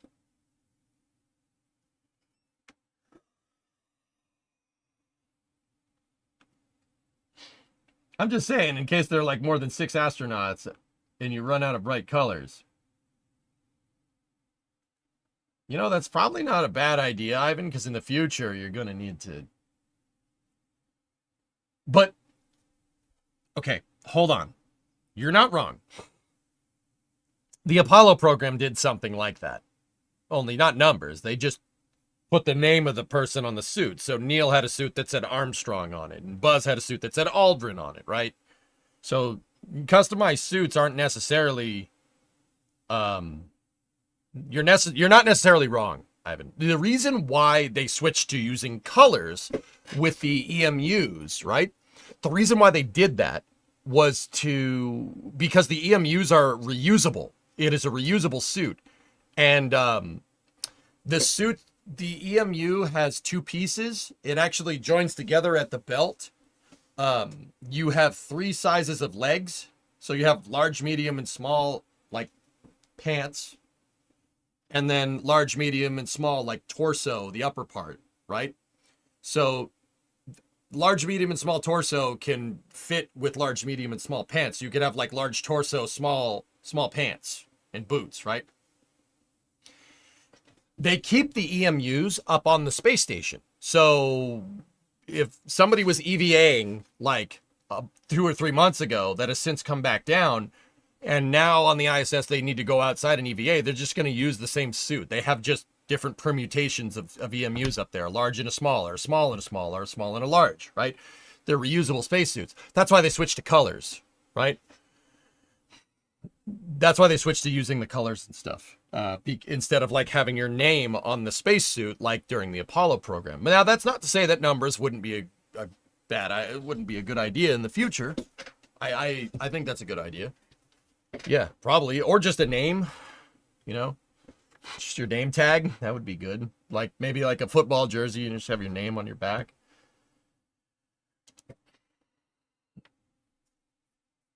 But yeah, they're a little bit on spacesuit extravehicular user interface or user experience.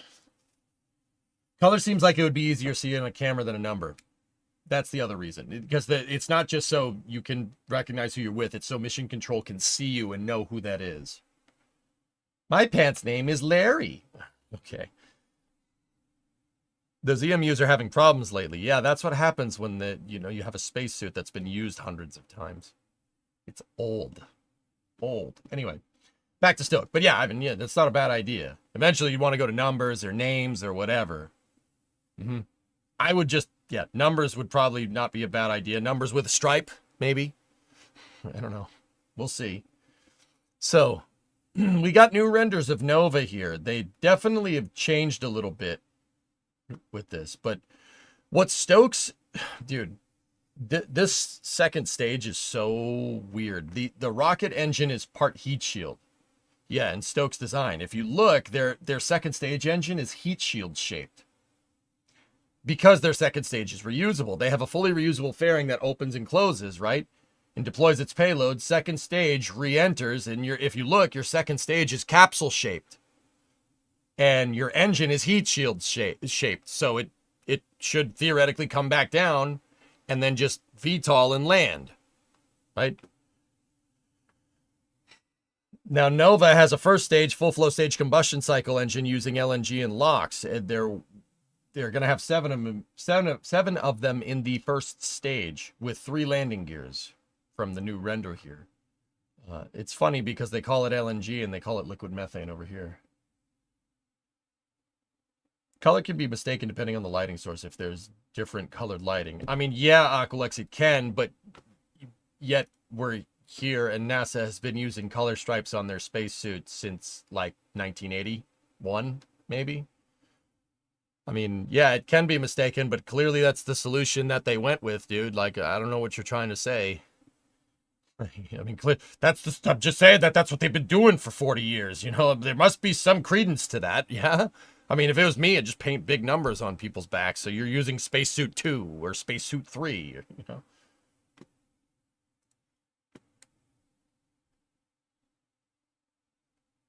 Terrible and obvious pun. You're stoked about Stoke. How often are they out there with more than 2 guys? Well, there was a time where they did multiple person EVAs, but now it's usually only 2. Yeah, check it out. Yeah, we got some updated pictures. Cool. Stoke is awesome. You got to tour their facility and wow. That second stage engine is something cool, Sam. That is completely out of the box thinking. hydrolock second stage, and your engine is shaped like a heat shield. So the idea is that your rocket engine, the rocket engine flows propellants through the heat shield first, and then it goes out to a bunch of little nozzles on the edge of the heat shield, right?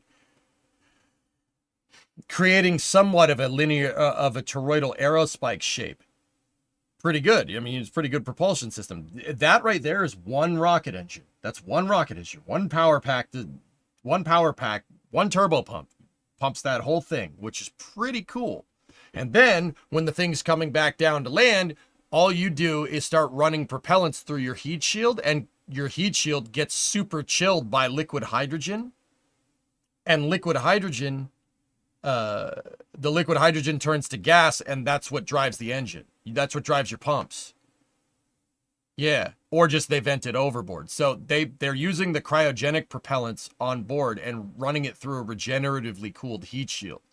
It's some pretty dang trick stuff. That's really cool. Really, really smart. There is some pictures of their hopper, or there is some video of their hopper hopping around. And dude, it is the weirdest freaking thing.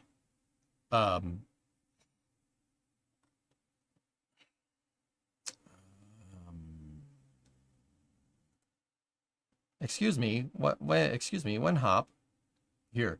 This was Eddie Bauer. Nice. Watch this thing. Watch this.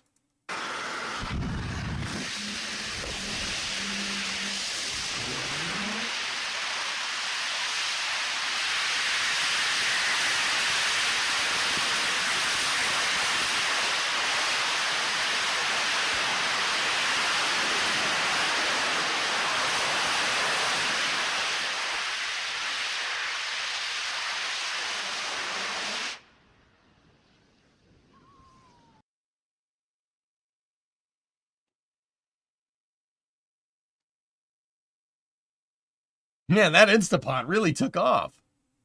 Yeah, no roll control on this test article N9.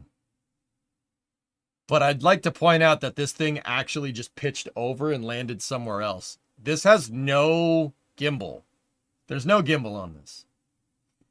Each one of the nozzles on this rocket engine can open and close. So they can modulate thrust in lieu of thrust vectoring. That's what makes that thing so ridiculous. You can modulate your thrust. So like they can shut off one of the exhaust pipes on this side and keep the other side open. It'll make a pitching moment. It's actually really, really cool. That just makes this, even this like 30-foot hop, that makes that all the more impressive. One rocket engine is doing that. That's one motor. Okay. Yeah. So that's what Stoke's working on. They haven't, that was a test from over a year ago. The design has been refined a little bit, but yeah, that's the idea. Yeah, that's pretty good. Yeah, none. Yeah, that's pretty neat, man. That's pretty good. How do you even cool hydrogen? How do you even cool hydrogen to the liquid point temperature, because nitrogen is only minus 192. Hydrogen is a liquid at like minus 270. It's minus 270 C, I think. It might be 268, somewhere in there. It's like at 5 Kelvin or something. It's not a lot. How do they do it? A really, really powerful refrigerator. That's the quick answer. So how many valves per engine? I don't know how many nozzles it has. I think it has 16, I think.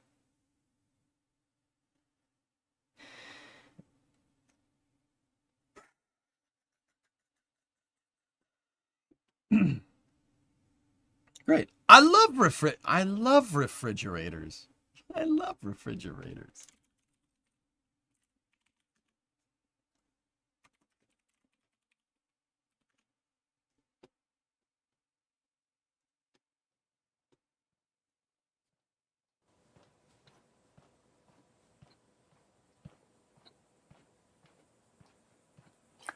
I love refrigerators.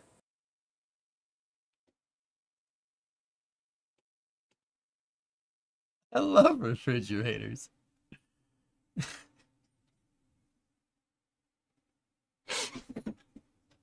Yeah. Yeah, he does. He really does. He's so happy. They are pretty dang cool.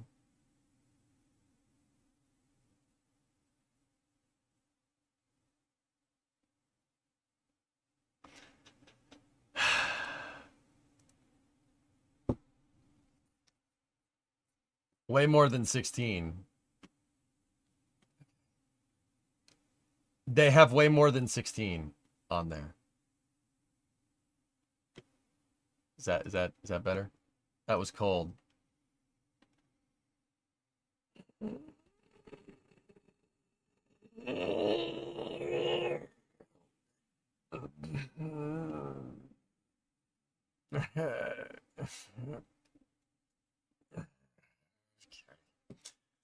All right. Where's the Neil deGrasse Tyson thing? Let's talk about that now.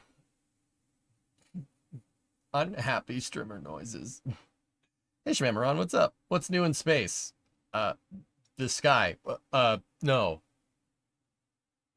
Shmamaron, I'll tell you what, I can get a good look at a butcher by sticking my head up his butt, but I'd rather take the bull's butt. No. I'd get a good look at a T-bone by sticking my head up a butcher's butt. No. It's got to be your bull. No.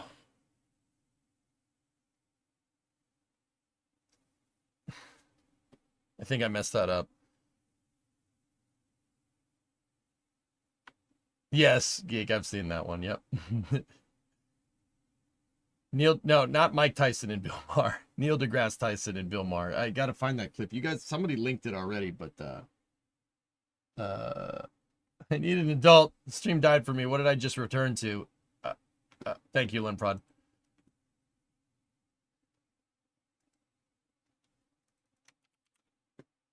Thank you. Here, I want to show you guys this. How soon could No, Elon? shut up. So this Neil deGrasse Tyson was on Bill Maher last night, or not last night. I don't know. It was last week. Excuse me. Just listen to this. Just listen. Listen to this. I'm just saying. How soon could Elon Musk realistically send humans to Mars? Oh, another good question. I have strong views on that. My read of the history of space exploration is such that we do big, expensive things only when it's geopolitically expedient, such as we feel threatened by an enemy. And so for him to just say, let's go to Mars because it's the next thing to do, what does that venture capitalist meeting look like? So, Elon, what do you want to do? I want to go to Mars. How much will it cost? $1 trillion. Is it safe? No, people will probably die. What's the return on the investment? Nothing. That's a 5-minute meeting, and it doesn't happen. So we agree. I'm not for going to Mars. Okay, wait.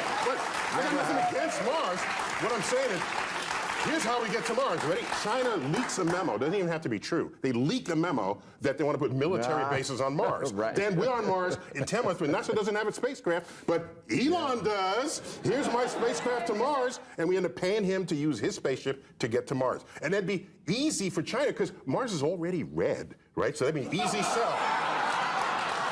That'd be an easy sell.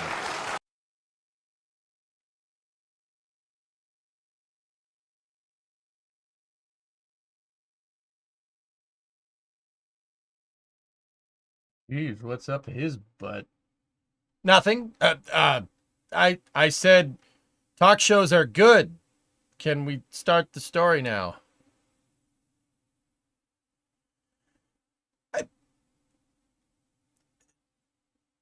Was his argument is that the military is going to go to the moon because China naturally wants the moon or Mars?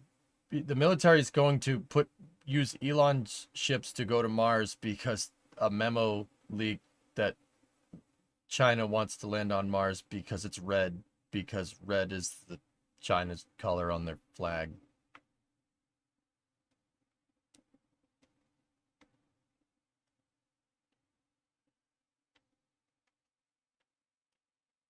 Is that? I think he's joking there. Yeah. I know. I'm just. Okay. It's a great joke. So, I wanted to talk about. Okay. All right. Serious time. So I want to talk a little bit about that. All right. I wanted to show you guys this because it's. I don't like that at all. That is not that. Where do we start here? So he said that NASA only does things when it's geopolitically expedient, i.e., a space race or some national goal, etc., etc. Right? And I don't necessarily disagree with that, to be honest with you. That part I don't disagree with. The thing about the geopolitical situations definitely do speed up the process. The Apollo program is an example of that, right? Yeah, that part's right, at least until this point in history. But where he's losing me here is that part that he said right after that. Okay, so once again, jokes aside, did I hear that right? He said that Elon won't do it because there's no return on investment. That was the gist of it. Did I hear that correctly? Like, I just want to back up. Just want to be absolutely sure I heard that correctly. Views on that. My read of the history of space exploration is such that we do big, expensive things only when it's geopolitically expedient. Yeah, that's fair. Such as we feel threatened by an enemy.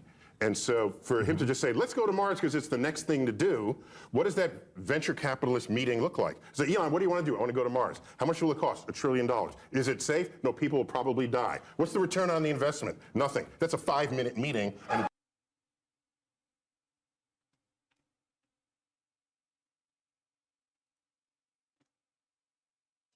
so, okay. All right. I got it. Listen. So the guy is saying that NASA only does things, we only do things in space when it's geopolitically expedient. But the one guy that's come along and actually made really good strides in space, despite, like, even when it's not geopolitically expedient, the one guy that's come along and actually fixed that is not going to do that because there's no return on investment.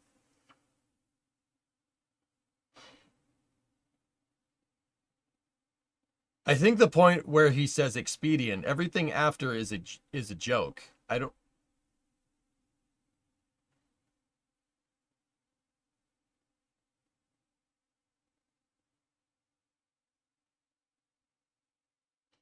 No, he's saying Elon won't get anyone to buy Mars trips unless there's major geopolitical support for the government to buy them.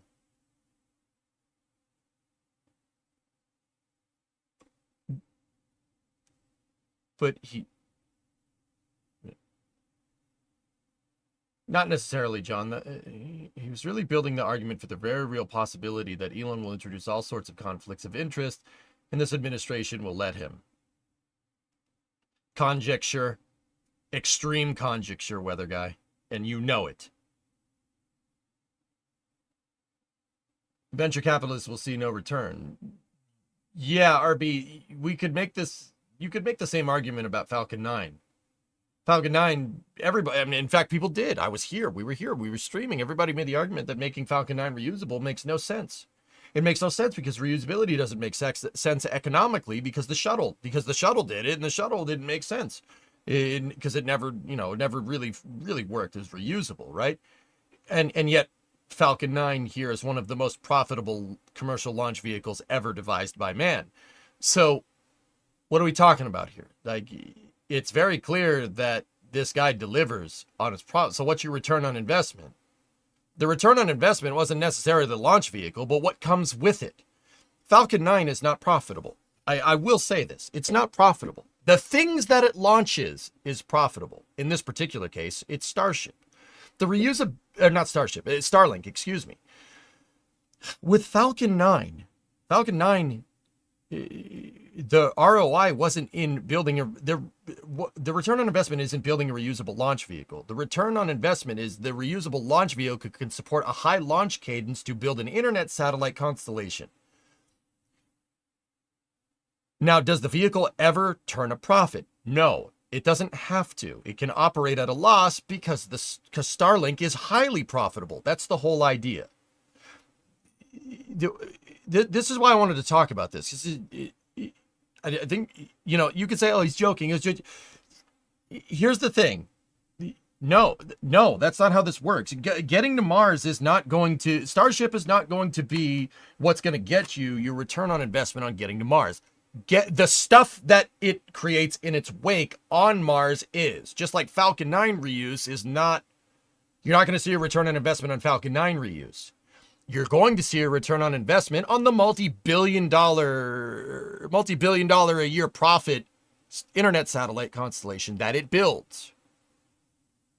The economy on Mars gets driven by Starship. That's the idea. Your return on investment is the economy, right? Right? So I don't really understand, like he says that NASA only does things when it's geopolitically expedient, and then the one guy that's not doing things because it's geopolitically expedient, there's no return on investment, so he'll fail too. Wait, what are you talking about? Guys, this feeds into a much bigger thing, and once again, we're kind of in the op-ed hour of space news here. This is kind of my opinion on that. I think he's completely wrong. And not only that, what kills me about this is that this is the mentality I keep telling you guys about. Okay? We have to choose, We only choose to do things when it's geopolitically expedient. Look, when Viper got canceled, and there is some Viper news that I forgot to actually share. I'll share it a little bit later. When Viper got put on the chopping block, that was it for me. I've seen enough. I'd seen enough of this game being played that we have to. Everything that NASA does has to be a compromise because of funding or because of this, because that's ridiculous. It's ridiculous. We shouldn't compromise as spaceflight fans. NASA has been doing that since the end of the Apollo program. And where has it gotten us? It's gotten us nowhere. It's gotten us a rocket that's launched once that has sank $93 billion of tax money. And I'm saying that as somebody that likes SLS. Every time we play this game of, oh, we can do it for cheaper, or, oh, don't do that, it's too expensive, do something else, we end up with a vehicle that's more expensive and less capable. Right? It's ridiculous. Oh, we only do things to reduce it to such cynicism to say that we only do things when it's geopolitically expedient is kind of admitting that that compromise game that we play is just how it is. I refuse to accept that. As a taxpayer, I think as a US taxpayer, that's dumb. That is stupid. I think I contend to say that we should stop compromising. Stop it. We got the space shuttle. The space shuttle's great, but then they didn't give it anything to do. They didn't give it anything to do until the 90s. Program started in the 70s. Right? They didn't give it a plan. They didn't give it anything to do. It was doomed to fail. Right? Okay, great. You made a reusable vehicle. If there's no expediency to launch it all the time and build and use the space shuttle to build a low Earth orbit economy, there's no point in using it. You might as well just go back to conventional rockets, which is basically what we did, right? And then in the 80s, they got Space Station Freedom on the books, right? And that gives the shuttle something to do. That makes this mission good. That we have a satellite servicing bay. We have all these modules that the shuttle needs to deliver, and it needs to constantly resupply the space station. That'll get the shuttle operating on a regular manifest. Oh, sorry, Cold War ended. Nope. Cancel the Space Station Freedom. Here, have the ISS instead. NASA always gets the shaft. They always get a consolation prize because of that mentality. Because of that. Because I hate it. I can't stand it anymore. It's so annoying.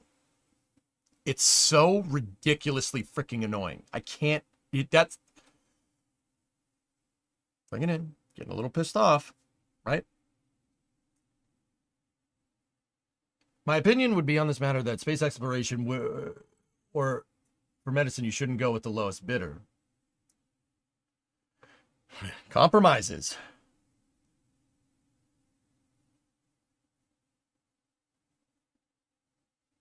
We're in this mess because aerospace companies can lobby senators. Explain the Apollo program, Robofer.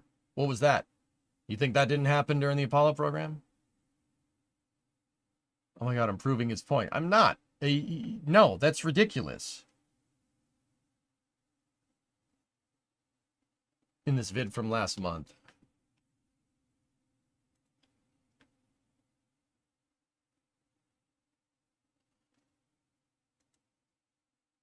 He was using that as an example, nothing more. He didn't say that that's what...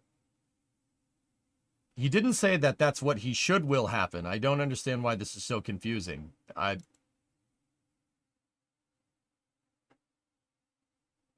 I don't get what you're trying to say, Weather Guy. He also talked about making a pitch to funding folks, i.e. Congress. Will Congress appropriate the money for it? Well, we shouldn't have to compromise for it too, but that comes from having a plan. You don't need to have a good plan for the space program just because it's geopolitically expedient. The Constellation program was not geopolitically expedient. That was not done because of some threat in the 2000s. All right, but yet the Constellation program got canceled.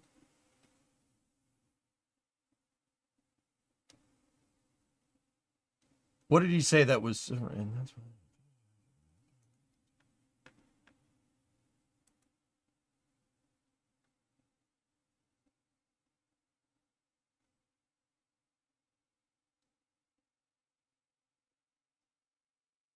thought it was a joke. I'm surprised he didn't give room for the red comment.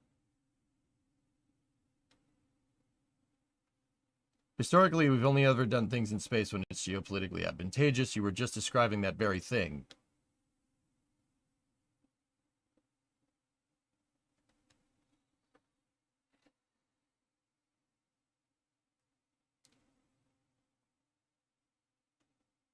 I don't know how to say this any better. So the one guy that's not doing things because it's geopolitically expedient, Elon, is going to fail because no return on investment. What does that mean?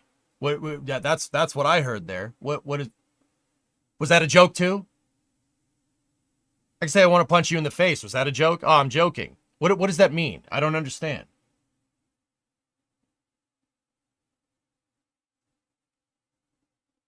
You don't think he was saying that Elon would fail or stop, but the opposite, just that the U.S. space programs will drag along until there's external reason to win, switching to SpaceX when the higher-ups realize it's the quickest Discovery, option. go at throttle up.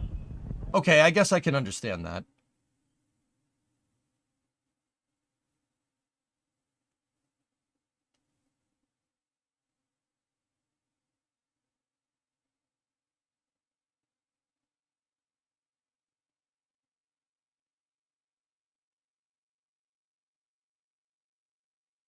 Let's listen to it again, but he definitely was throwing shade.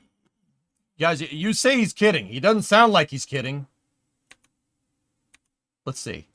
Send humans to Mars? Ah, another good question. I have strong views on that. My read of the history of space exploration is such that we do big, expensive things only when it's geopolitically expedient. Okay. Such as we feel threatened by an enemy. And so for him to just say, let's go to Mars because it's the next thing to do, what does that venture capitalist meeting look like? So, Elon, what do you want to do? I want to go to Mars. How much will it cost? $1 trillion. Is it safe? No, people will probably die. What's the return on the investment? Nothing. That's a 5-minute meeting, and it doesn't happen. So Elon, what do you want? Such as we feel threatened by an enemy. And so for him to just say, let's go to Mars because it's the next thing to do, what does that venture capitalist meeting look like? So, Elon, what do you want to do? I want to go to Mars. How much will it cost? $1 trillion. Is it safe? No, people will probably die. What's the return on the investment? Nothing. That's a 5-minute meeting, and it doesn't happen. So we agree. He wasn't kidding. He was framing his example with comedy. And then when I called him out on it, Weather Guy, you said he was kidding. What the hell is this shit? Is he kidding or not? I'm confused. What are you talking about?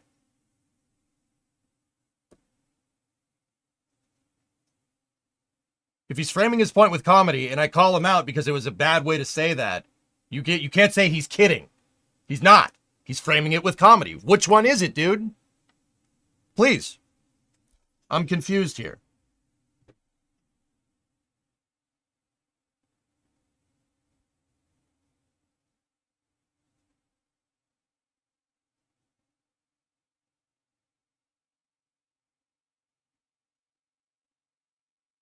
No, it's from last week, Leo.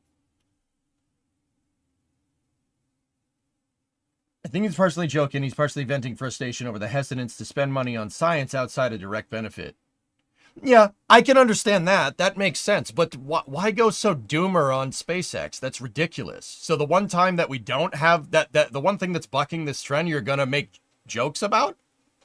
I don't understand. Why would you do that? Why would someone do that? Look, man, like what I'm trying to tell you is that I want NASA to succeed. We don't have to compromise. NASA shouldn't have to compromise, and we shouldn't have to compromise with SpaceX either. Both of those entities should be allowed to flourish. That's what I'm trying to tell you. This cynical mentality that, you know, just it's a foregone conclusion that NASA has to do things because it's geopolitically expedient is a loser's mentality. That is a loser way of thinking. That mentality did not get us to the moon. You know, I understand the Apollo program was because of geopolitical expedience. I get it. But this doomerism that's going on here, the one time you have something that's going to buck this trend, you're going to make jokes about. The hell? What are you high?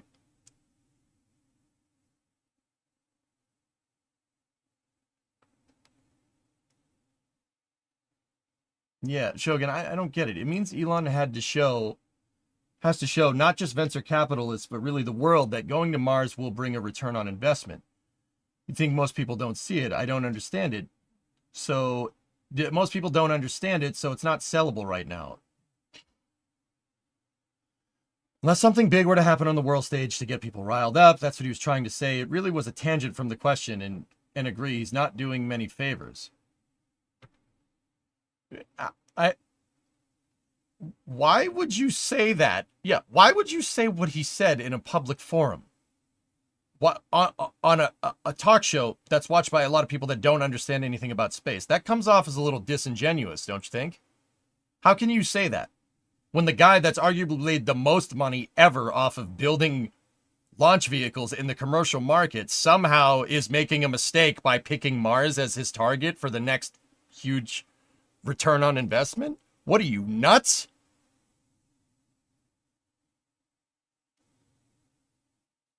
That's what, like that's the point. He could have talked about how Falcon 9, like you could make the same argument, the exact flip of that argument in favor that, look, NASA doesn't get things done because of geopolitical expedience, yet we have the commercial market here, and we have a company that's able to generate a return on investment to generate venture capital actually going to Mars, even though it's not politically expedient. You could make the exact flip, the exact opposite of what he said, and I would say that would be a more logical answer to that question. Why all the doom and gloom? I hate that. Dude, I can't stand it. I'm sorry. When Viper got on the chopping block, my brain broke. It's so stupid that we have to sit here and play this game of political expedience. We don't have to. All right? SpaceX it shows that. It shows that, right? This doom and gloom, that mentality right there that he's getting, and even though I understand what he's doing, you know, Uncle Lex, you made a good point. He's trying to say that we only do science when it's politically expedient, which I kind of agree. That's bullcrap. But then dumping on the one time that we have a chance to go to Mars, even when it's not politically expedient, and saying that it's never going to happen because of return on investment, that's stupid. That's stupid.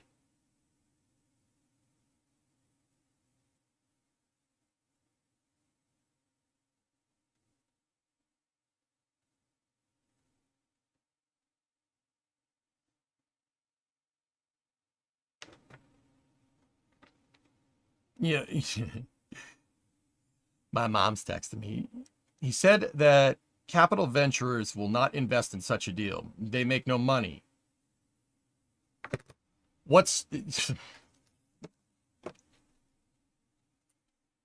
I would invite you, Mother, to go look at the tender offer that SpaceX put out yesterday to the tune of $350 billion. What are you talking about? SpaceX has billions of dollars in VC behind it.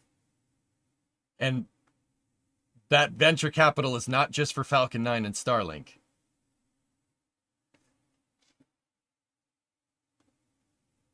Neil just said that no one will invest in something that makes no money. Yet SpaceX has built. That's what I'm saying. Yet SpaceX somehow SpaceX has billions of dollars of VC behind it, even though it's the company's mission statement is making life multiplanetary by going to Mars. How can you say that when SpaceX has if you want to be cynical about it, right? How can you say that when SpaceX has a $250 billion valuation? Where did that come from? Where did that money come from? You think that money is just there for Falcon 9 and Starlink?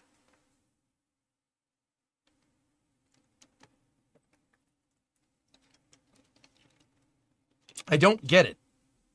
That doesn't make a lot of sense.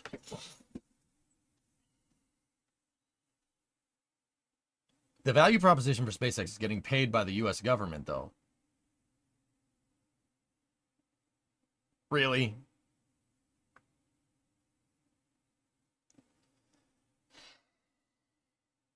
Come on now. Mission is Mars, but the side effects are massive. 100 tons to orbit.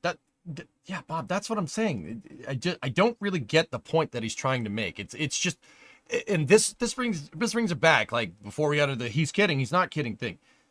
This doom and gloom mentality is the reason why space is the way that it is. Admitting that NASA can only get stuff done out of political expedience is admitting failure. I don't like that. That's not a good way of thinking about this. You cannot think about spaceflight funding this way. If that was the case, when Kennedy proposed the Apollo program, right? I get it, political expedience. When he proposed it, everybody said, no, it's a stupid idea. We won't see any return on investment on it.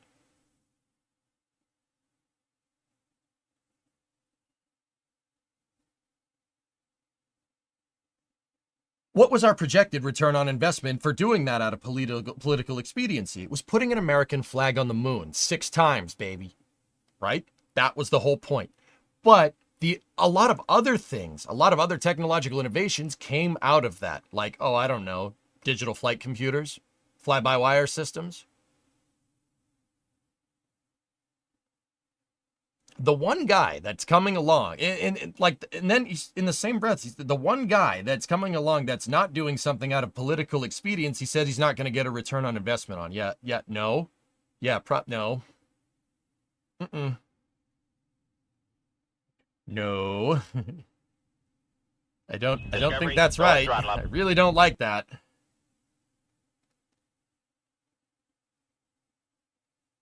We can't think that way. We're not thinking that way. That is how NASA is funded. It's funded because we think that way. That's what I'm trying to tell you.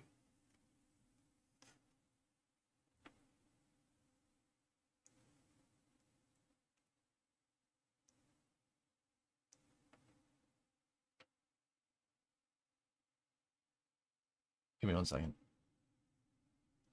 Elon tweeted about it. He did.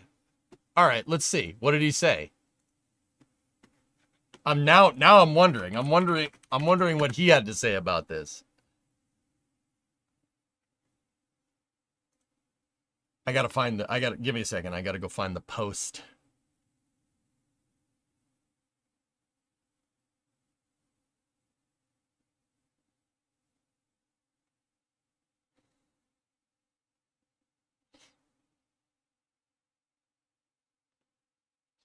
So Weather Guy, you're saying he's also Neil deGrasse Tyson, and he is Rule 8, and honestly, I think he sees a threat on other scales.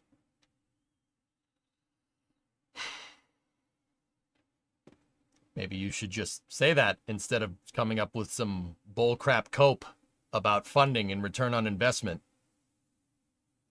That's weird.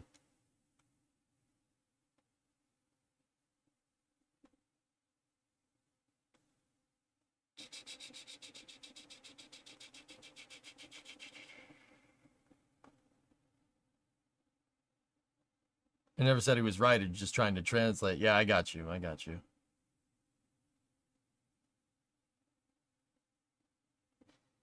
I said it with simple emojis too. Salt.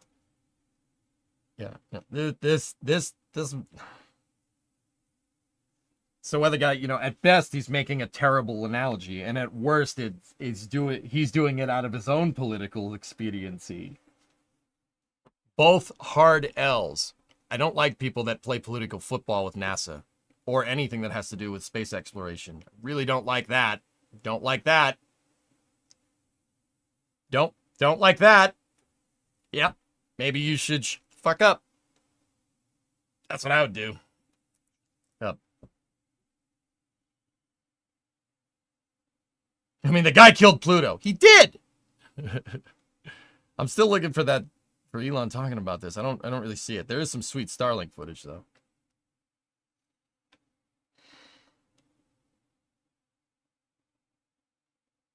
I don't like people that play games like that, weather guy. I really don't. Yeah, Dr. Michaels, it's interesting. Glenn, do you think he's trying to say that SpaceX by itself will not fly the first Mars mission with its own astronauts?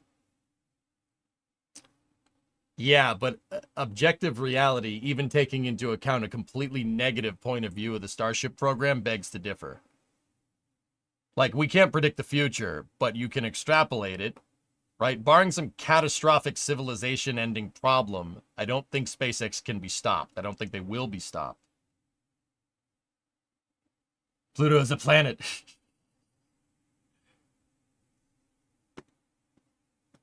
Oh, you got it? All right, let me see, Twit.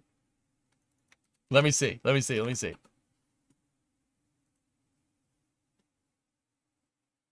I'm salty. I forgot about Pluto.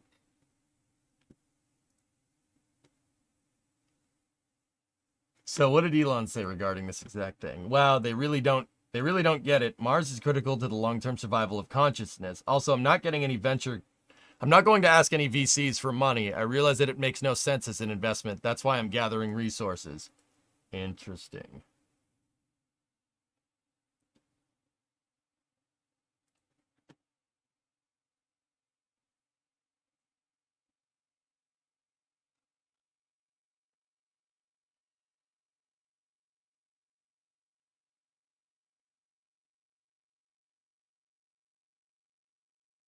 So he was correct? I don't...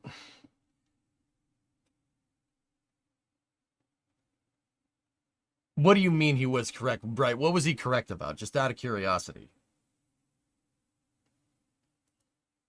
He's explaining here why he disagrees. All right, I want to hear this.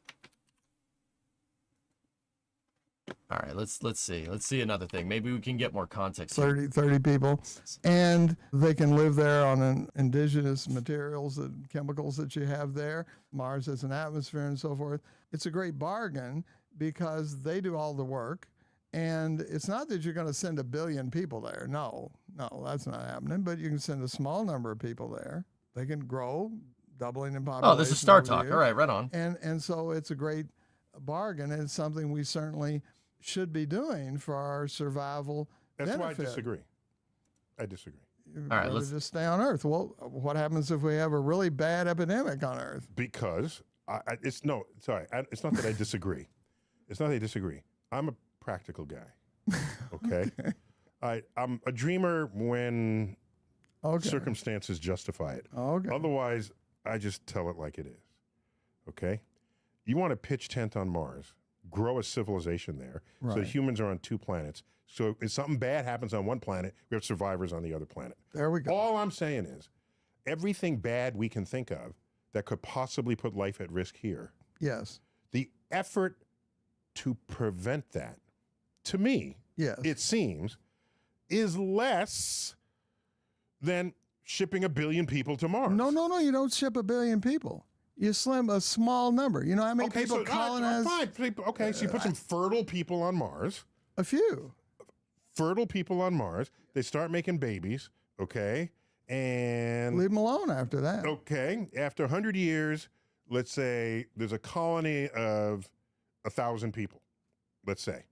Wait 600 years. Wait 1,000 years. 1,000 years. Yeah. Okay. All right. How long will it take for them to get billions? We'll have 10 billion by then. You don't necessarily need billions. Well, all I'm saying is... over there. All I'm saying is you have 2 planets. Now something bad is going to happen on one planet. Is the other planet just going to say, oh, we planned against this, you all just die and we will carry forth the genome. That's not how this is going to play out. You're trying to protect the species in case something bad happens on one planet. You should do everything to do that. If you have the power to live on two planets, you're not going to allow the other planet to die. You're going to ship them over or fix the problem in your bio laboratory or deflect the asteroid. If you have the power to ship people to Mars and terraform it, you have the power to deflect an asteroid that might put life at risk on Earth. And it seems to me you have the power to reverse any geoengineered problem that we created for ourselves on Earth.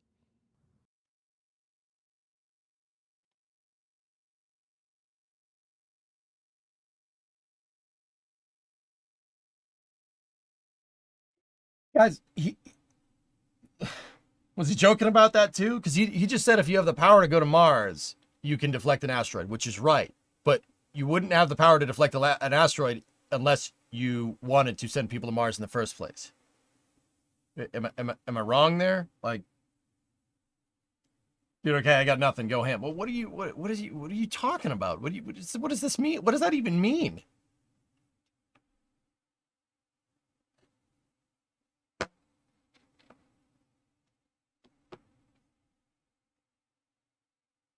You're wrong there. Okay, David, hear me out. Because now, you know, like I'm like joking and rhetoric aside, I'm just genuinely trying to. I don't really understand what he's saying. It doesn't really make a lot of sense. One lesson I've learned: have it plan A, B, C, D, E, and F. Yeah. He's lost the plot. Tessa, I really just don't. I don't understand. Like the return on investment thing. Like, was he kidding about that? Was he trying to say like I don't really get it. And I definitely don't get what he was trying to say there. Yeah, Giga, I don't know. Personal opinion is I don't think it's truly about saving humanity for Elon. I think he wants off this rock. That's just me. I mean, he just said the opposite of that in a Twitter post. Just because Mars is there doesn't mean you can not make a thing to move an asteroid. But, right, see, here's the thing. Like I said, every one of his arguments can work either way. It's not, and this is why I just generally don't understand what he's saying. He's like, well, the only way to add 2 and 3 together is to take 2 first and then add 3. If you take 3 and then add 2 to it, it's never going to work. That's what he's saying. That makes no sense.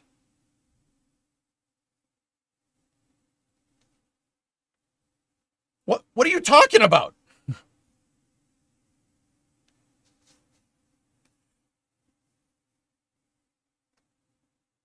This is why I wanted to share this, because a lot of people saw this. What do you mean? What are you even saying?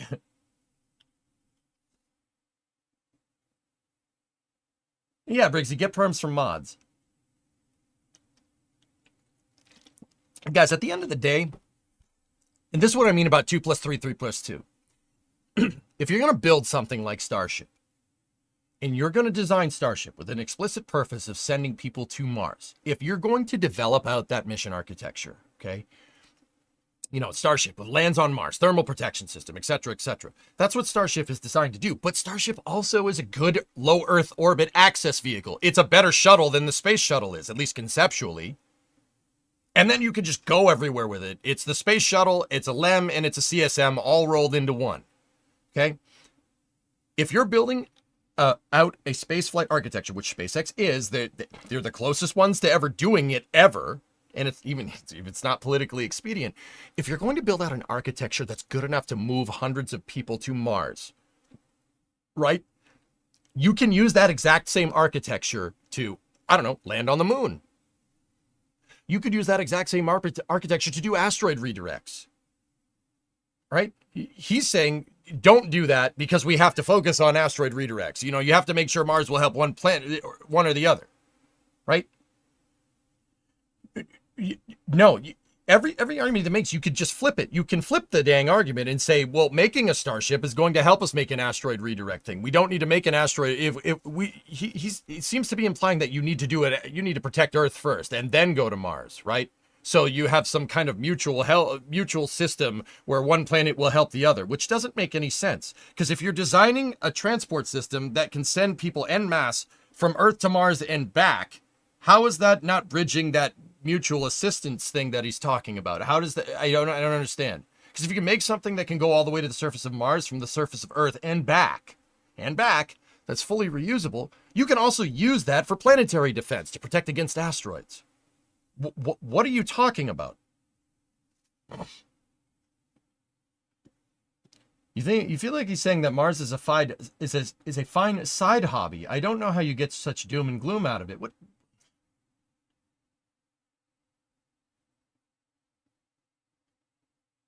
Yeah, Bob. Right. That's what I'm trying to tell you, dude. I don't really like. There's just something about it, and once again, I'm trying to talk myself through it, dude. There's something about that I don't really like the way he said that. Like, what do you? How did you watch that same thing? How did you not get negativity out of that? Because I got a real negative vibe from that. Yeah, random bozo. That's what I'm saying. It seems like he sees Earth as and Mars as mutually exclusive. Like, what are you talking about? We can do both of these things.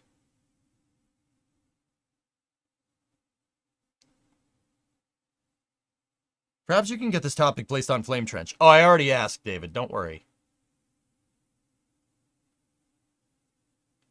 He's acting like the people protesting the Apollo program because it's too hard. Yeah, I mean, I don't know how you didn't get a negative vibe from what he's saying. Like, I'm just genuinely, and like, once again, I'm the one that's like, not like the biggest SpaceX fanboy. Like, don't get me wrong, I love SpaceX, but I'm the one that's saying, like, also NASA should have their own space program that is completely redundant to SpaceX, that is on a parity level, on a technological scale. It has to be equal to or greater than. I'm not like just, being a huge fanboy for SpaceX here. I just genuinely don't understand. Like, what? So we just shouldn't do it? Like, should we just use Starship for asteroid redirects? Like, what do you, if you could send Starship to redirect an asteroid that's going to hit Earth for planetary defense, you've already built out an architecture that has the comparable amounts of Delta V to be able to get people to and from Mars. I don't get it. It doesn't make any sense.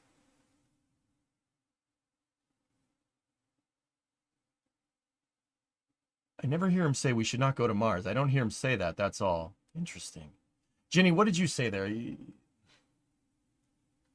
As a geologist in Earth science, we have to stop throwing terraform Mars up there. No, terraforming Mars that's not a solution. That's not happening for a long time. Even me, a big optimist, says that. I agree. That's not, we're not doing that anytime soon. Mars can be our next stop in space for sure, but as an outpost, it's not Earth 2.0. It'll never be able to sustain even 1,000th of the life on Earth. But we have to go to Mars to go beyond. We need to be realistic about the hopes of future generations in space. Focus on the science and try not to get caught up in the fiction bits of the science fiction. He's advocating doing nothing and to not bother with space. Yeah, Zertam, that seems to be the real gist of what he's saying, but I mean, he never said it verbatim, but it's definitely implied.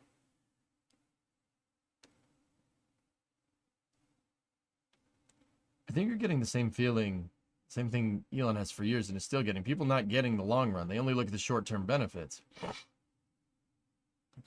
Ginny, just to regard what you're saying, if you could send Starship to Mars and make life multiplanetary, Mars can be your stepping stone to the belt, into the outer rim planets, where you could have something like Earth 2.0 on a moon of Jupiter or a moon of Saturn. This is just one step. It's not Mars. Mars is the end goal for Elon, because what happens after that it doesn't matter. If you can't get something to Mars, you're not getting something to Jupiter, right? Do you see what I'm trying to say?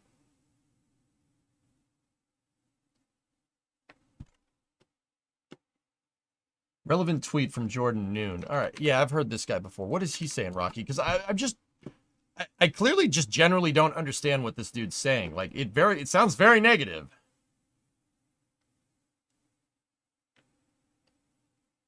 Land clearing for Star Factory at Kennedy has officially started. Sent you a good link. Okay, cool. All right. All right, Rocky, what is this? Shameful behavior. I met Neil in 2013 when running USC's rocket propulsion lab. We were excited to have him come by, show him our work, and tell him our goal of flying the first student-built rocket to space. Well, we told him about our goals, and his response was, why fly a rocket to space? You're already in space. The Earth moves through space. Every rocket already flies to space because it starts in space.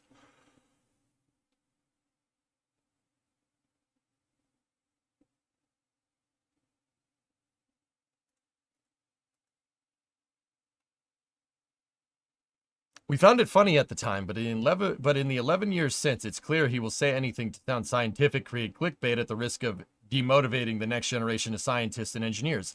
That, right there. That's what I'm saying.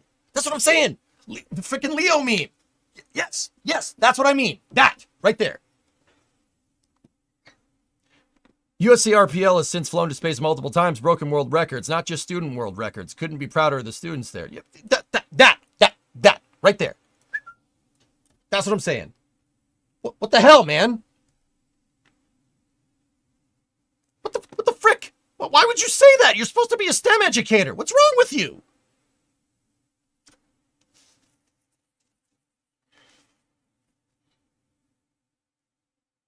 Right? Is that fair? Maybe that's it. I'm trying to hone in on why I really didn't like what he said. Like, trying to talk through my feelings, which is why I said this is like an opinion piece. Like, what the hell are you talking about? What do you mean? Just frick it? Don't do it? Like, I wonder what Carl Sagan would say. Carl Sagan would never talk like that. Ever. This is where I agree with you 100%. You know what, Aqualix? I think that's what it is. Like, it's so demotivating. Like, why? Dude, you're a STEM educator. You have to be. You did the Cosmos, man. You did the Cosmos remake. What the frick's the matter with you?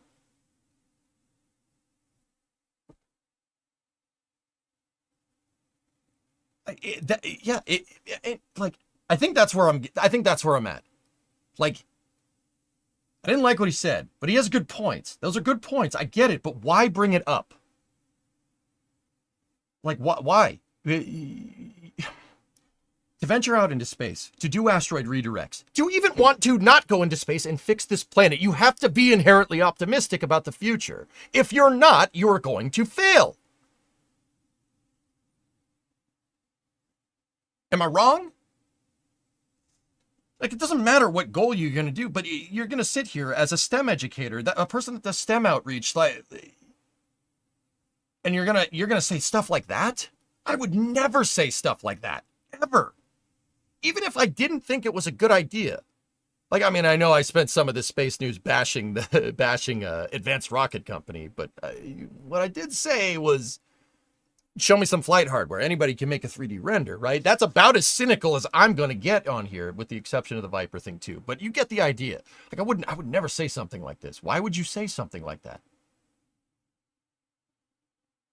He loves to get people talking about him. Well, I guess it worked in this regard.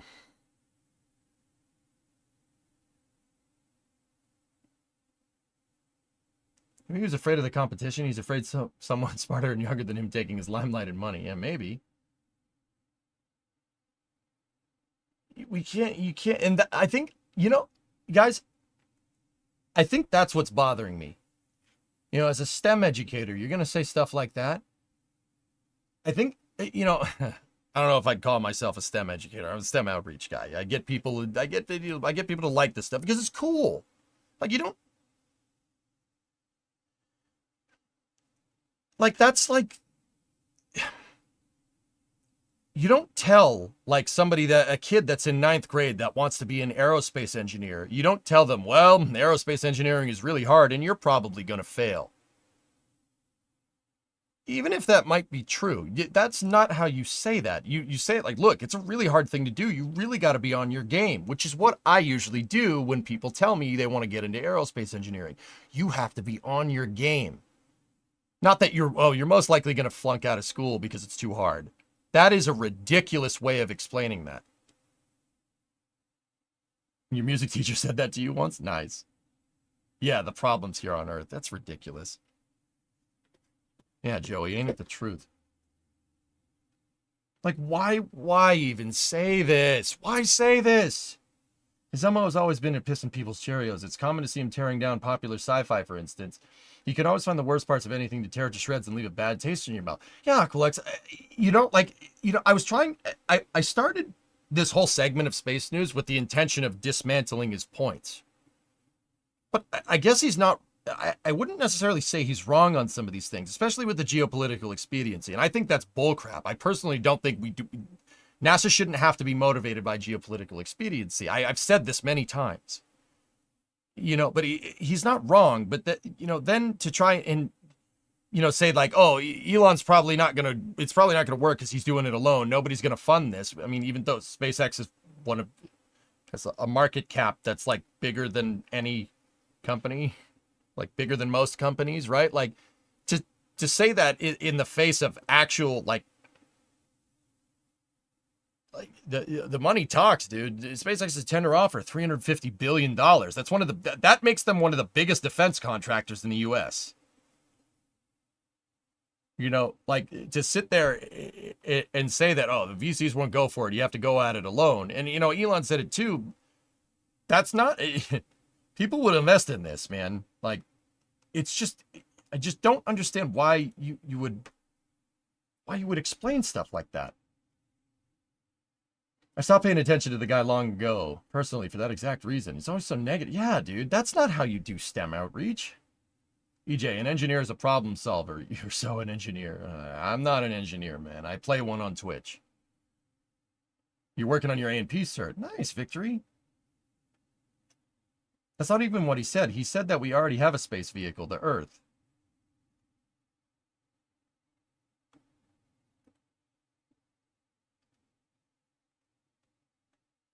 Okay, all right.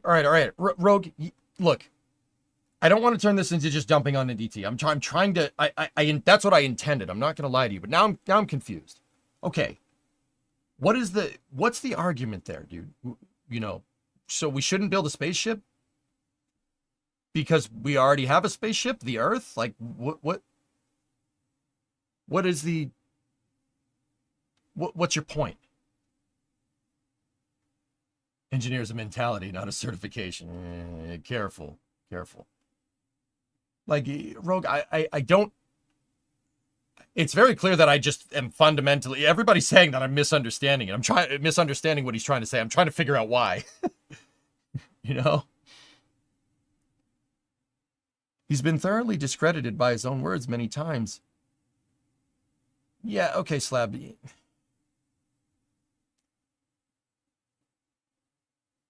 I think he means that NASA is the one who should be in the final frontier, not SpaceX or any private company. When the private sector takes over, that place is no longer the final frontier like low Earth orbit.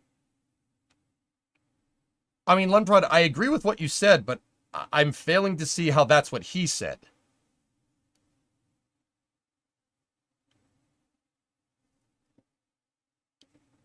Yeah, Tessa, I know, I've seen it.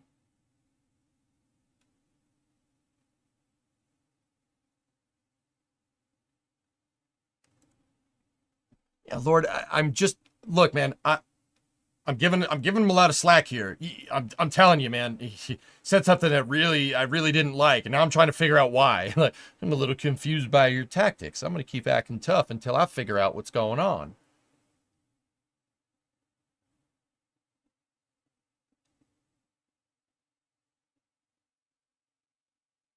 That last interview indicates he does not think we should be colonizing Mars. Like, yeah, that certainly was the gist of what I got. His point was diverting the conversation to a talking point that he could easily dominate. If you look at his participation in panels, he does this all the time.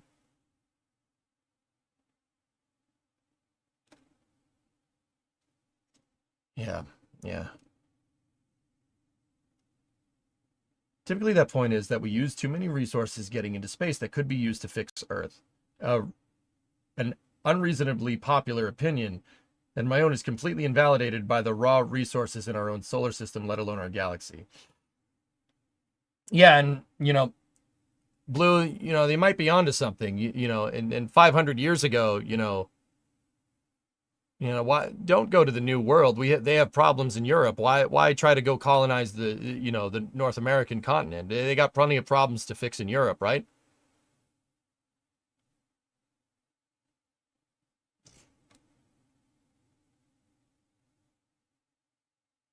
Yeah, Woozy Mike, I get the dissatisfaction with schedule, right? We went to the moon 50 years ago. We haven't done dick since. That's not true. NASA's made a lot of strides in planetary probes and stuff. And the ISS is still pretty cool. I really like the space shuttle guys. But also, NASA needs to be pushing the frontier. If that's the point that he's trying to make, I agree with that one. Yeah, that's right. But if that's the point he's trying to make, I don't hear any of that with what he says. Yeah, it is, exactly.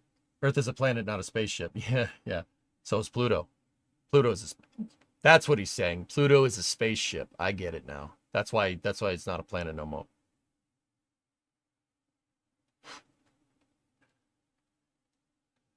The Brits explored other places for good food. Just visit the UK to find out why.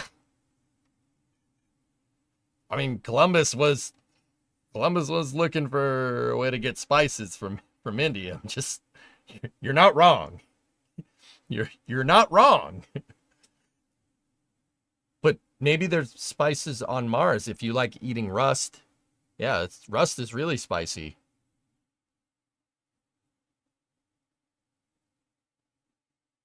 If that's what he's trying to say, then he shouldn't be dogging on SpaceX, but NASA. That's where my brain is going.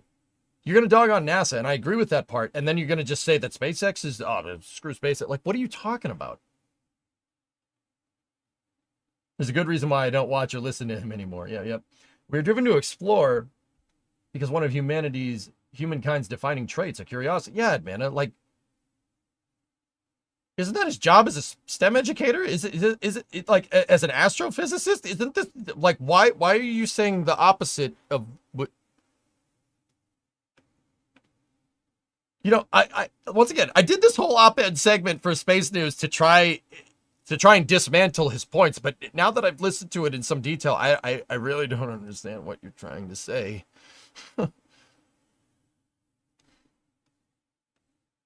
Interesting, Aqualex. I do believe he was only complaining about NASA in that first interview. Blue, I guess that makes sense. So he's trying to make the argument that NASA should get more funding because SpaceX shouldn't have to do it by themselves. If that's what he's trying to say, no, I agree. Yeah, I'm with you. I'm with you on that one 100%. Like, that's just it's a very roundabout way of explaining it. Rename Mars to Arrakis, for spice. Yeah. That's a good idea. The spice must flow. I think Elon he'd get behind that. Rename Mars to Duna? Well, then someone's going to definitely die. What? If that's what he meant, he did a poor job. Tessa, yeah. I still say that NSF should have him on as a guest and let you be a host interviewing him. David, I don't think that's a good idea. I would lose my cool. I don't think it's a good idea. I'd be like, what are you saying, dude? Dude, that cast would get shut off. Kevin would be like, no. That's not a good idea. Moto can see last. I'm sure he's in the video before, but it hits the nail on the head on STEM outreach. Let me see. Oh, Zubrin. Yeah, talking about another guy that will jump ship. Stop being Bostonian for an hour. You'll be fine. Do you know how hard that is to do, man?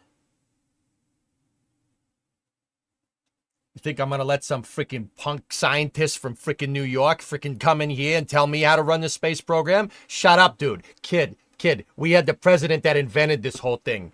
All right? That invented this whole thing. We choose to go to the moon. Remember that? I'm not going to let some punk bitch scientist from New York freaking sit there and tell me how to run the damn space program, guy. See how bad that would be? See how dumb that would be? that wouldn't end well. But think of the ratings. No, I'm not crossing that line, dude.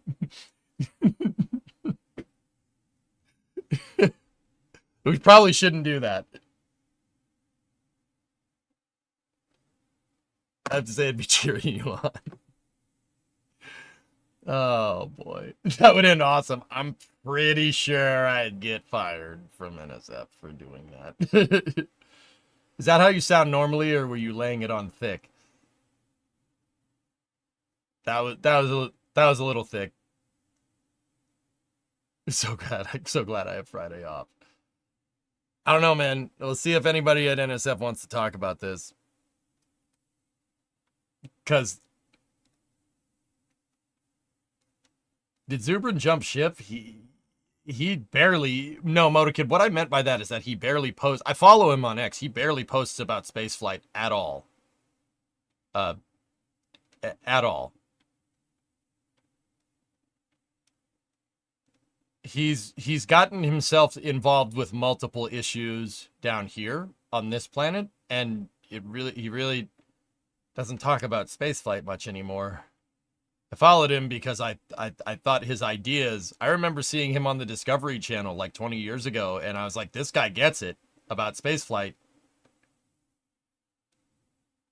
And he doesn't talk about spaceflight much anymore. Rule 8 stuff? Absolutely, Admana. He's you know how like my theme for this year was don't get caught up in it? Oh, he's real caught up in it. Oh, he's way caught up in it. Like way caught up in it.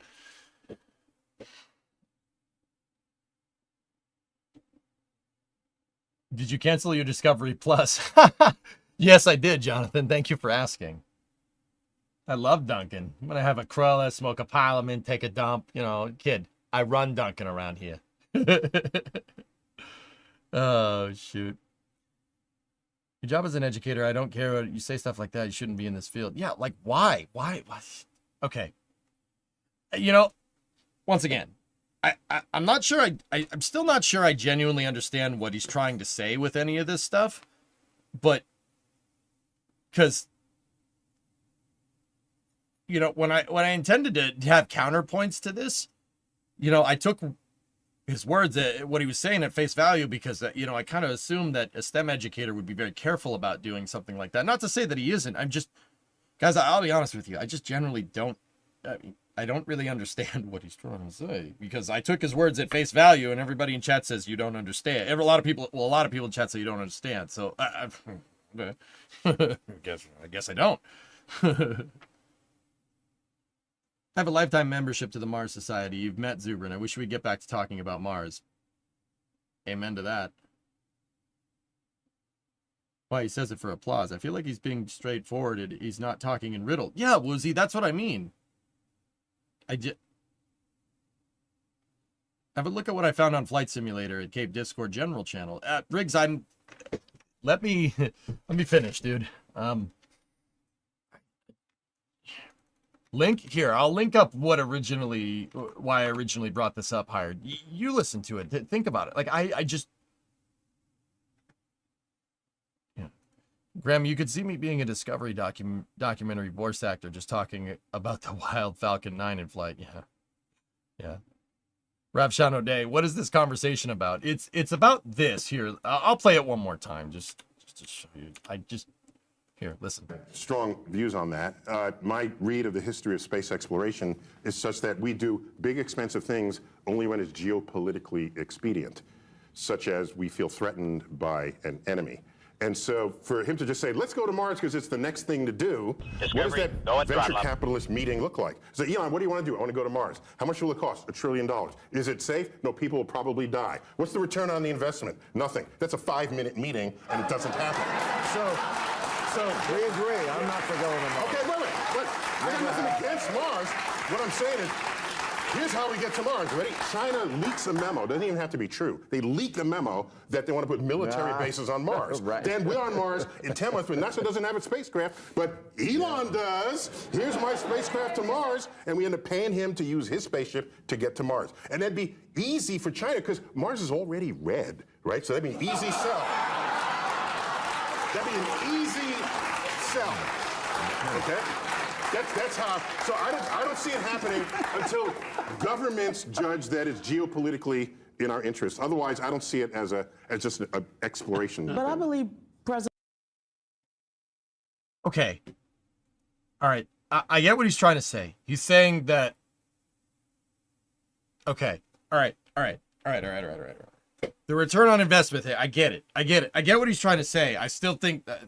Okay.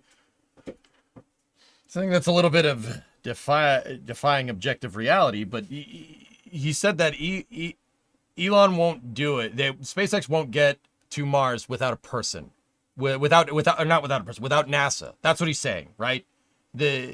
Something politically expedient is going to come along, and NASA will then be like, "Oh, SpaceX, you're going to use SpaceX to get to Mars." That's the only way it's going to happen. Right? That's what he's saying. Yeah, well, okay, here's what I'm saying. That's stupid. That's what I'm saying. That's dumb. That could be a reasonable scenario. But to say that that's the only way that SpaceX is going to get to Mars at that point is defying, it's almost to the point that it's defying objective reality. Okay? Look at the progress, dudes. Look at the progress. Are you kidding me? What? Meme face. Look at the progress. How can you sit there and say and still be cynical about SpaceX trying to do this on their own? I don't see NASA doing anything like that. Do you? I don't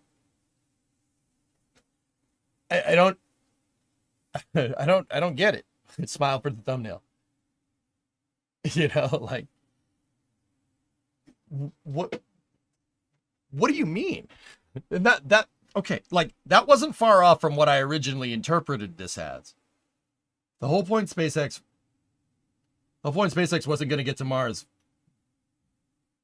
wasn't to get a return on investment in the traditional sense. It was to stop the species from being KO'd. Yeah. That's what I mean. That's what I'm getting at. To sit there and deny and to just say that this isn't a major stepping stone, catching a booster, launching the biggest rocket, most powerful rocket ever devised by humans.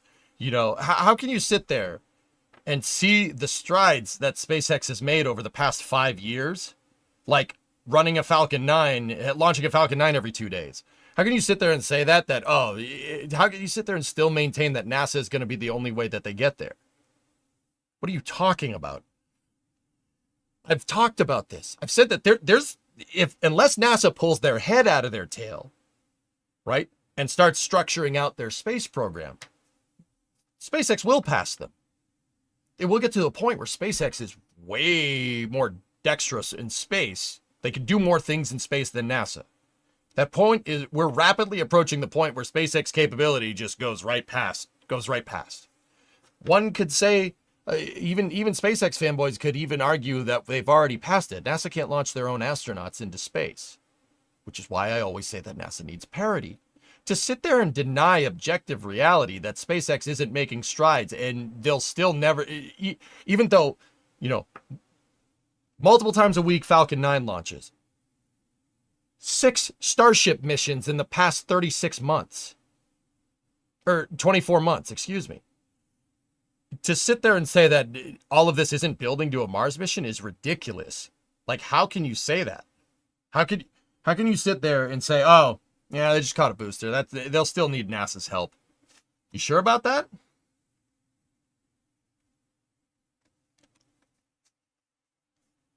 Yeah, 1,000, right? Like, we need someone to challenge us. No, we don't. No, we don't. No, we don't. No, we don't. I seriously don't think we do. We don't need a reason. We should just do it. Like, SpaceX just does it. You know what I mean? Nike stuff. We don't. That's what I'm saying. That that mentality that NASA is only going to do something out of geopolitical expedience, that needs to stop. That way of thinking needs to stop. Absolutely needs to stop. Like I said earlier, I don't think he said SpaceX won't, rather that the U.S. won't if they don't switch to SpaceX. If that's what he's trying to say, then yeah, but Blue, that's not what I heard. I don't think so. I think he's just comparing a private company to NASA and the government. It sounds like he's saying, why is SpaceX able to keep doing all this stuff, but NASA can't? Now, Hired, if that's the argument that he's making, I'm in. But that doesn't, once again, you know, I listened to it again, and I said, I kind of understand a little bit more, but people are still saying, well, actually, what he meant, like that's what people are saying. Like, oh, well, he meant this. Well, I don't think he did. How if we get some of the same vision that Jim Bridenstine had in the next administration? He got it by enabling commercial space. The national program got to leverage their capabilities to advance their own. They got to work off of each other, Pete. That's how this needs to work. The public sector space program and the private sector space programs need to have parity. They need to bounce off of each other. If they don't, you're going to have an inevitable collapse. How's that for doom and gloom? Well, that's going to happen. I mean, it might not. The worst case scenario is you get the expanse in space. You know, that's great. I want that. If he meant it, he would have said it. Yeah, that's what I'm saying. Like, well, SpaceX is a private company that's there to make money. Yeah, Hasselhoff, but that's what I'm saying. You know, to sit there and say that SpaceX can't raise the funds to do this on their own and they need NASA's help is a little ridiculous. SpaceX doesn't, dude, it's going to get to the point where SpaceX doesn't need their help anymore. It's going to get to that point where you don't need their help. I'm sorry, like, I love NASA as much as the next guy. The second that SpaceX can start doing this stuff on their own, I'd say 2028 is my projection for this. It's gonna people are gonna have a hard time justifying giving NASA any money. And the reason why I say 2028 is because that's when I think Starship is gonna get its human rating certification for launching people into space from Earth. When that happens, there's gonna be a day of reckoning at NASA. And I don't want that to happen. And if that's the point he's trying to make, I get it. But that's not what I'm hearing. Everybody's saying, no, EJ, he meant this. I don't think he did. His comments on the IFT-5 tower catch. All right, let's listen. Tier of space exploration, especially with the spectacle of the returning of the first stage back to Earth so that you can reuse it. I've said this before. If you flew a Airbus A380 or a Boeing 747 to Europe from the United States, and when you landed, they shoved it off a cliff and rolled out another one, your trip to Europe would be really expensive. So reusability matters. So these are tremendous triumphs of SpaceX in this space, pun intended. Can I think of it as a space frontier being pushed? I can't really do that. I can't think of it that way. I said that. Then I got interviewed. The press interviewed me. It made it to India. You said SpaceX hasn't accomplished anything. No, I did not say that. Okay? Again, that's clickbait. That's like creating a feud where there really wasn't one. I said that private enterprise will do what nations have done, and they'll do it more cheaply. If there's an occasion for private enterprise to do something that nations have never done before, that's a very serious conversation in the funding room. Venture capitalist. Elon, what do you want to do? Oh, I want to send astronauts to Mars. How much will it cost? A lot, possibly $1 trillion. Is it dangerous? Yes. Will people die? Probably. What's the return on that investment? I can't think of one right now. That's a 5-minute meeting. So how would Elon get to send his rockets to Mars? From the playbook of the history of geopolitics. What'll happen? The United States decides we need to send astronauts to Mars one day, geopolitically, by whatever force is operating on us. And then NASA looks around and says, we don't have a rocket to do that. And then Elon says, I have a rocket, and rolls out his rocket to Mars. Then we ride a SpaceX rocket to Mars. That could easily happen. But I just want to make it clear, it's not a mission initiated by a private company. Because the money for that is not going to come from his earnings on anything else he does in space. It's going to come from taxpayers funding NASA's goals, inspired by the geopolitics of the world at that time. So I'm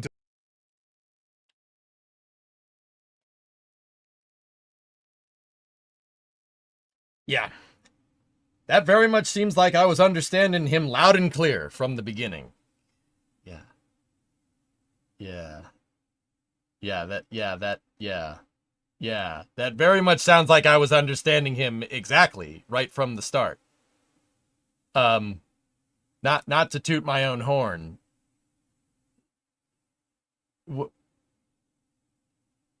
That's what I mean, dude. That whole argument is based off of a lot of what ifs. But it just goes to it just goes back to it. How can you sit here and watch SpaceX catch a booster like that and say that they don't have the money to go to Mars and it's going to be taxpayer funded? How can you say that?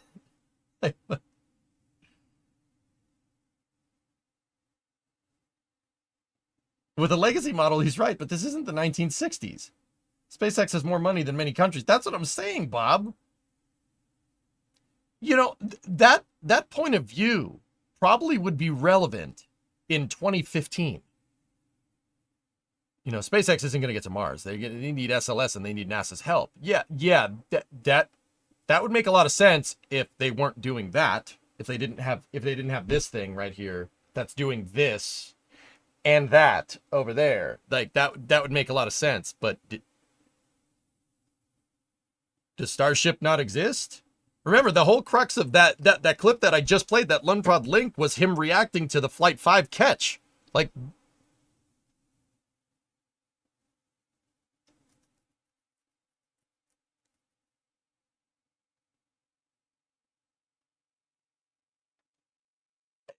sorry, the reason why I brought up this whole thing is because someone brought it to my attention. Someone linked it to me after the stream, and I sat there and went, what? What are you talking about? Starlink is this version of taxation. Yeah, exactly, Skeleton. To say that SpaceX, SpaceX is going to need venture capital. No, they're not. They're generating revenue. Starlink, even if all of Starlink's profits went right back into Starship development, guess what, dude? That is a multi-billion dollar, well, no, not multi-billion dollar, not yet at least. I think Starlink is like millions profitable at this point. I forget what SpaceX made this year, but that almost is enough to fund Starship by itself, let alone the launch contracts that SpaceX gets and the missions that NASA pays them for. How can we sit there and say, oh, it's not, I mean, I guess he's saying there's no return on investment, so they're not going to be able to raise enough venture capital, but that's what I mean. That at this point, like I kind of would have agreed with him, because I remember having a conversation on the stream on Space News in like 2015, and I said, like, it would be really nice if SpaceX made something like a space shuttle, a fully reusable thing. Or no, that would have been 2016 when Raptor first came on the table, right? It would have been really nice. It would be really nice for them to do that. But I thought at the time, like, they wouldn't do this. They wouldn't make something like a space shuttle. They wouldn't make a fully reusable thing unless somebody paid them to, right? Well, that's kind of right, but it's kind of wrong, because they ended up just paying themselves. When was the last time SpaceX got like series funding from venture capitalists? Pretty sure the last time that happened was like in 2016. Yeah, that's what I was saying. The earning part is where I think he's a bit mistaken, which makes sense. He's an astrophysicist, not an economist. Yeah, but I'm not either of those things, Aqualex, and I understand what's going on here. Discovery, go at throttle up.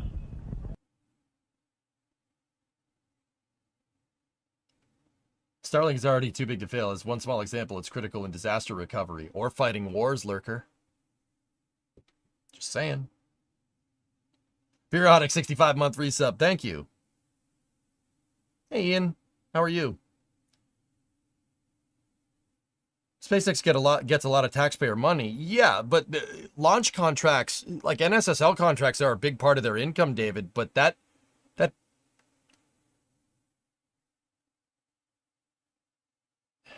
I was going to say that pales in comparison to Starlink, but that's probably not true. I bet you the military contracts are still bigger. But see, here's the thing. That would mean that, you know, he's saying they're not going to get there without taxpayer money, implying that they don't already have taxpayer money. Like that, see what I'm getting at? Like, I just don't really, yeah, that makes no sense. There's something to be said for being the idiot in the room asking the dumb question. I know I played that role a time or two. The DoD clearly has a thing for Falcon Heavy. There's going to be a ton of dough from that. Yeah, of course. Okay, how much money would going to Mars cost? Anyone have an estimate? Hasselhoff, this is very much my personal opinion, just based off of covering the spaceflight industry and doing deep dives like this into just cost and analysis and stuff. You want to have a good Mars program or a good lunar program. I would contend to say that good spaceflight architecture would be able to do both. Starship, Constellation, Apollo. If you make the right architecture, you could do either one. But getting all that, building a super heavy rocket, building a launch pad, getting all the propulsion figured out, et cetera, and or doing reusability, it'd probably take you about a decade and about $30 billion. Yeah. And what's my measurement for this? Well, if you look at the development of any capable launch vehicle, the Apollo program is a good example of this. I mean, the Apollo program was more expensive than that. SLS, Constellation was in line to be about that. Yeah, it was close. Space Shuttle took about that long. I don't know if it cost that much, but you know, it's kind of my kind of napkin math estimate of building a good lunar program that can also go to Mars or vice versa. Yeah, Siret, I don't agree with that. I think that's wrong. That's denying reality at this point.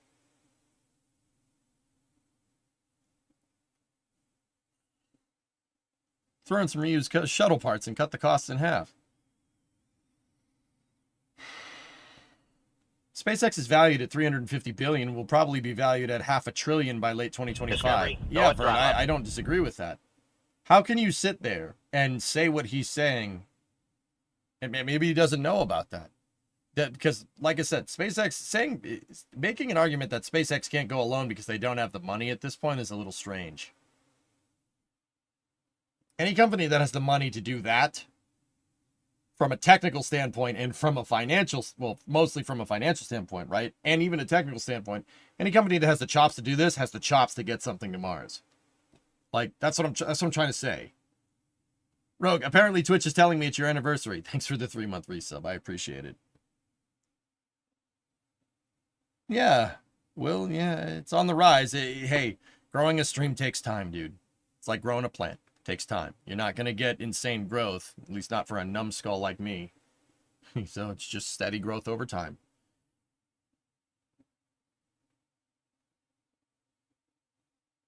No, Goalie, they wouldn't do it.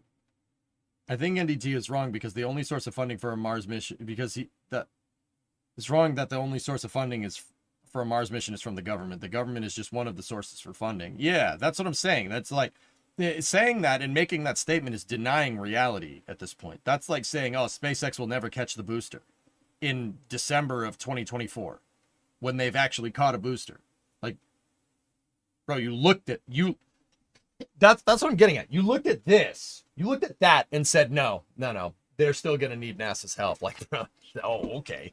Oh, sure. All right. Yeah. Think whatever you want. 1,000, you're pretty young with only a 2-month resub, seeing all the 100+ month sub people. Thousands, I've been doing this for, on the 23rd, it'll be 12 years. I've streamed for a third of my existence on this planet. Hopefully that extends into space someday, but might not if SpaceX doesn't have the money. Sorry, that's no. Guys, I'm sorry. Like, that's idiotic. I have to just say it. I have to say the quiet part out loud. That is a L take right there. That is the worst way of thinking about this. Yeah, you're old. Yeah, whatever. You streamed for over 80% of your life. Yeah, David, I got plans for Flight 7 already. Well, chat made plans for me. They gave me the money for plane tickets, so yeah, guess I got her now. Yeah, Flight 7, I'm probably going to be down there, so it'll probably end up being on an NSF stream for Flight 7, so that's good. Seeing you use slang like that is just wrong. Well, Graham, okay, old person using Zoomer speak aside. That you want to know how my generation would say that? That's the dumbest shit I've ever heard in my life. That's how my generation would have said it. Is that good enough for you? Excuse me, I'll take my time out.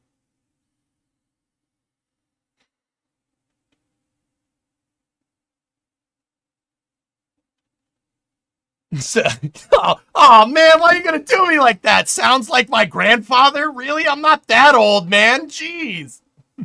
I'm not that old. What the frick?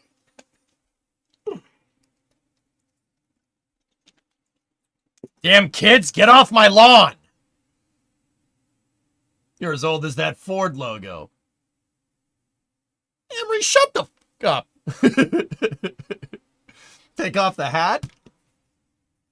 I still got hair, man. Look at that. Yeah. I still got it. It's still there. It's not gone yet. Dwarfman, when derail? It's approaching 9 o'clock. We probably should. Yeah, you guys got to learn how to curse instead of saying L plus ratio, bro. Shut the heck up and start cursing people out. Who cares if they get offended? No, don't do that. Don't be a dick. But also, playfully cuss them out. Discovery, go at throttle up. Right? Yeah. Figure I should let you know, but you are the main channel I do watch on Twitch. No one else can I find such excitement for all the nerdy rocket stuff. Right on, Bert. Thank you. More spice? Oh yeah. Yeah, maybe we'll do that tomorrow, Phil. It's yeah. Yeah, we'll share that tomorrow.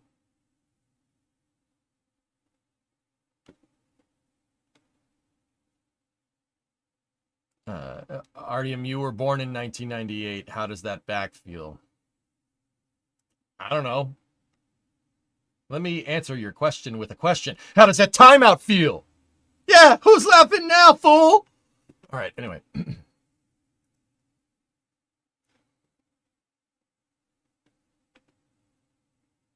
Matt, you remember seeing old Elon pics where it looks like he was going bald? Now he's got a whole head of hair. Well, he did something about it.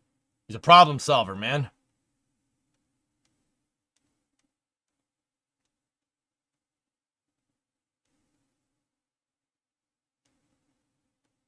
Money buys hair. Right. He's a wizard, dude. All right? That's what's going on. He's a wizard. Just grew it back because he decided, he probably grew it back because he decided to. It's like, yeah, I'm gonna grow my hair back. And then it happened. It's how it rolls, dude. I'm sorry. I mean, how many other people can will as much stuff into existence as that guy? He probably just decided one day that he wasn't going to be bald and his hair started growing back. I'm just going to mass produce electric cars. And then it happened. Like, okay. Are you a wizard?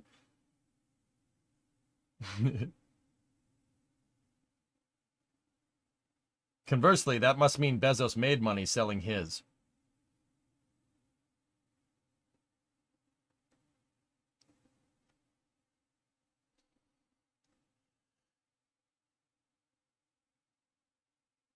Puts on wizard robe. Yeah. Glass half empty, half full. Problem solver or solution creator. Graham, I like solving problems. I like breaking a mental sweat too. That's why I read the dictionary. And the thesaurus. Postulation. Timbuktu. Constantinople.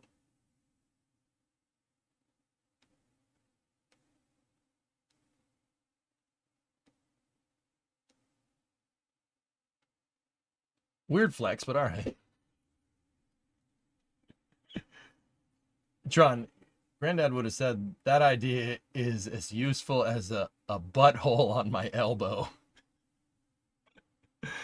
Tron, Grandpa sounds like good people. I wish more people quoted Dodgeball. Yep.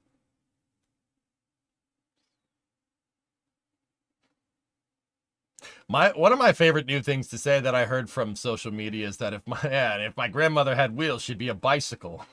What? What?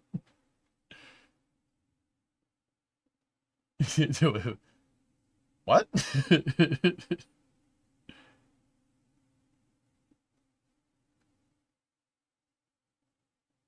William Foss, not gonna, Will, you say, not gonna lie, in traffic, I'd use the butthole on your elbow. Oh, okay. Okay.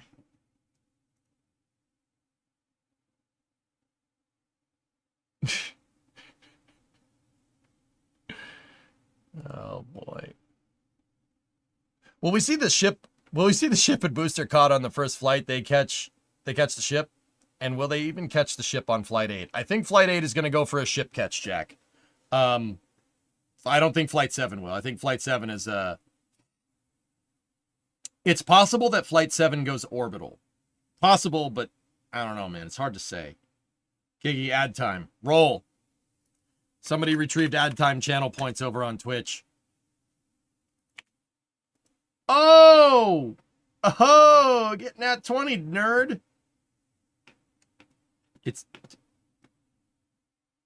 Oh, what the f... He rolled 22. And then he rolled 19? Oh, God. Kiki, you suck. God. Dang it.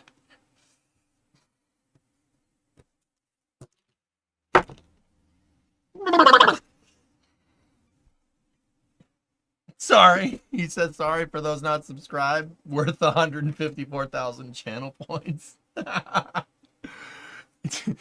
it. He didn't roll 22. He rolled 20 also. So, for the YouTube people that just got confused, on Twitch, there's this thing called channel points. And if you get channel points by watch time, right? So if you get enough channel points, I have things that you can redeem. One of them is running ads, having me hit the ads button, right? So my rule is that if you retrieve that, right? If you retrieve that and you roll you get ad time, you have to roll D20, right? So roll a dice. So I roll the dice on the screen right here, and in the chat, in Twitch chat, I have a command that Drummer made where you roll D20 and it gives you a random number between 1 and 20. I rolled 20, Kiggy rolled 20. So if you tie, you re-roll, right? He rolled 19. I rolled 5 on the second roll. Damn it.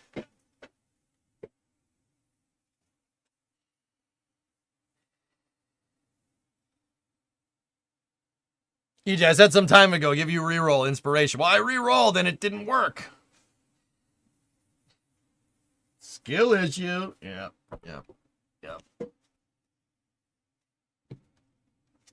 Kiki, you had to sit through the ads because you're not subbed? Congratulations, man. You just played yourself. Remember that time I rolled a 2 and you said get wrecked and then you rolled a 1? Yes.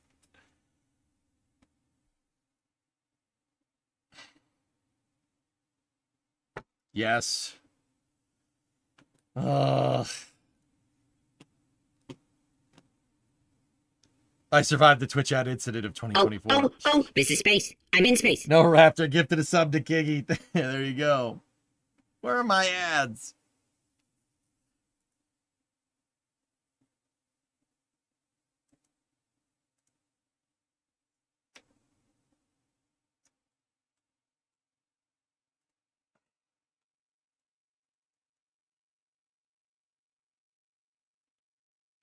Oh.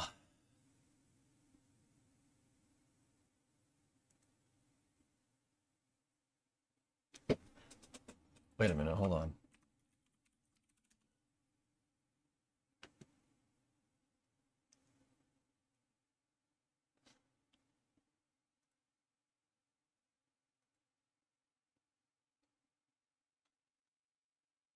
Anybody here play X Defiant? The game? Anybody here play that? No?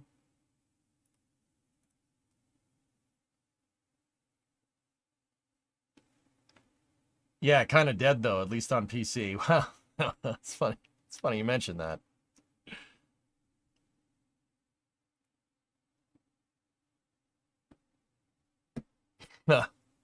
Well.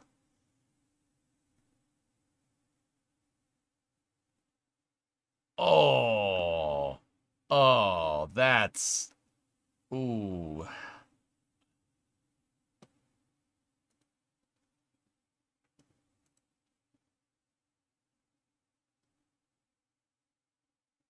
Thousands going to bed and have a fun stream. You got me cooking for this space news. We'll watch the VOD for Viper. We'll discuss Viper stuff tomorrow. The FAA released the Flight 7 license. All right, Brand, link it up. Yep, that sucks. A little bit of gaming news peppered in there. That's unfortunate.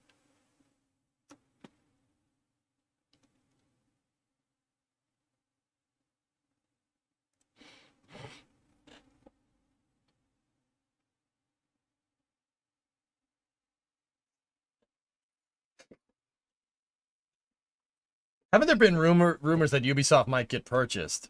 I don't know, NG. I'm not as well in tune with the gaming industry, except for a certain gaming studio, as I am with space.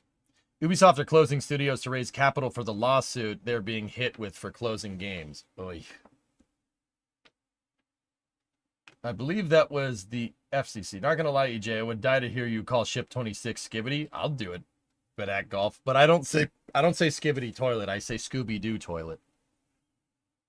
Remember, I'm old. I can't use Zoomer humor. Too many Zoomers get mad when I do. So I have to say Scooby-Doo toilet. Scooby-Doo toilet. No hat. France. It's an FCC license, not FAA. Oh, I got you, Trey. Got it. Cool. No, Scooby-Doo urinal. Yeah, that's a good idea. Brain rot is giving me PTSD. Please stop. Your generation did this. Zoinks, yo. This is your fault. Now you have to reap the whirlwind. Well. If it isn't the consequences of your own actions. One last. Shut up, RB. That wasn't us, though. That was Gen Alpha, I swear. That's exactly what you would say that. Man, you guys think you're the only ones to do weird and quirky humor? Millennials were doing that 20 years ago. I was there. God, I really sound like an old man right now. Holy crap. But it doesn't make it not true. Doesn't make it not true.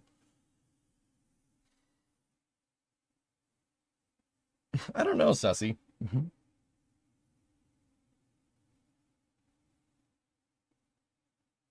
Wasn't your humor doing the Macarena? Guilty. Stop doing math. It's a Switch, not a Game Boy. All right. We got Derail Valley for After Hours. Let's go. I hope you like the op-ed segment of this. If you don't, let me know. I'll stop doing it. If you want to stick to more informative news, let me know. Yeah. Comment section, YouTube, like, subscribe. You feel so stupid saying that every time. GameCube.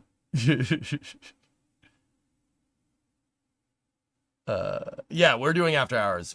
We'll play here. But yeah, once again, yeah, if you're watching this on the YouTube VOD, you didn't, first of all, thank you for making it to the end of the video. I'm sorry, Twitch. I got to get into a habit of doing this, okay? If you don't like the op-ed stuff, just let me know. I look at the comments. I read the comments all the time. Don't be a dick. Like, I mean, you can be a dick. I don't care. Doesn't bother me. Yeah. Feedback is appreciated. Let me know what I can do better.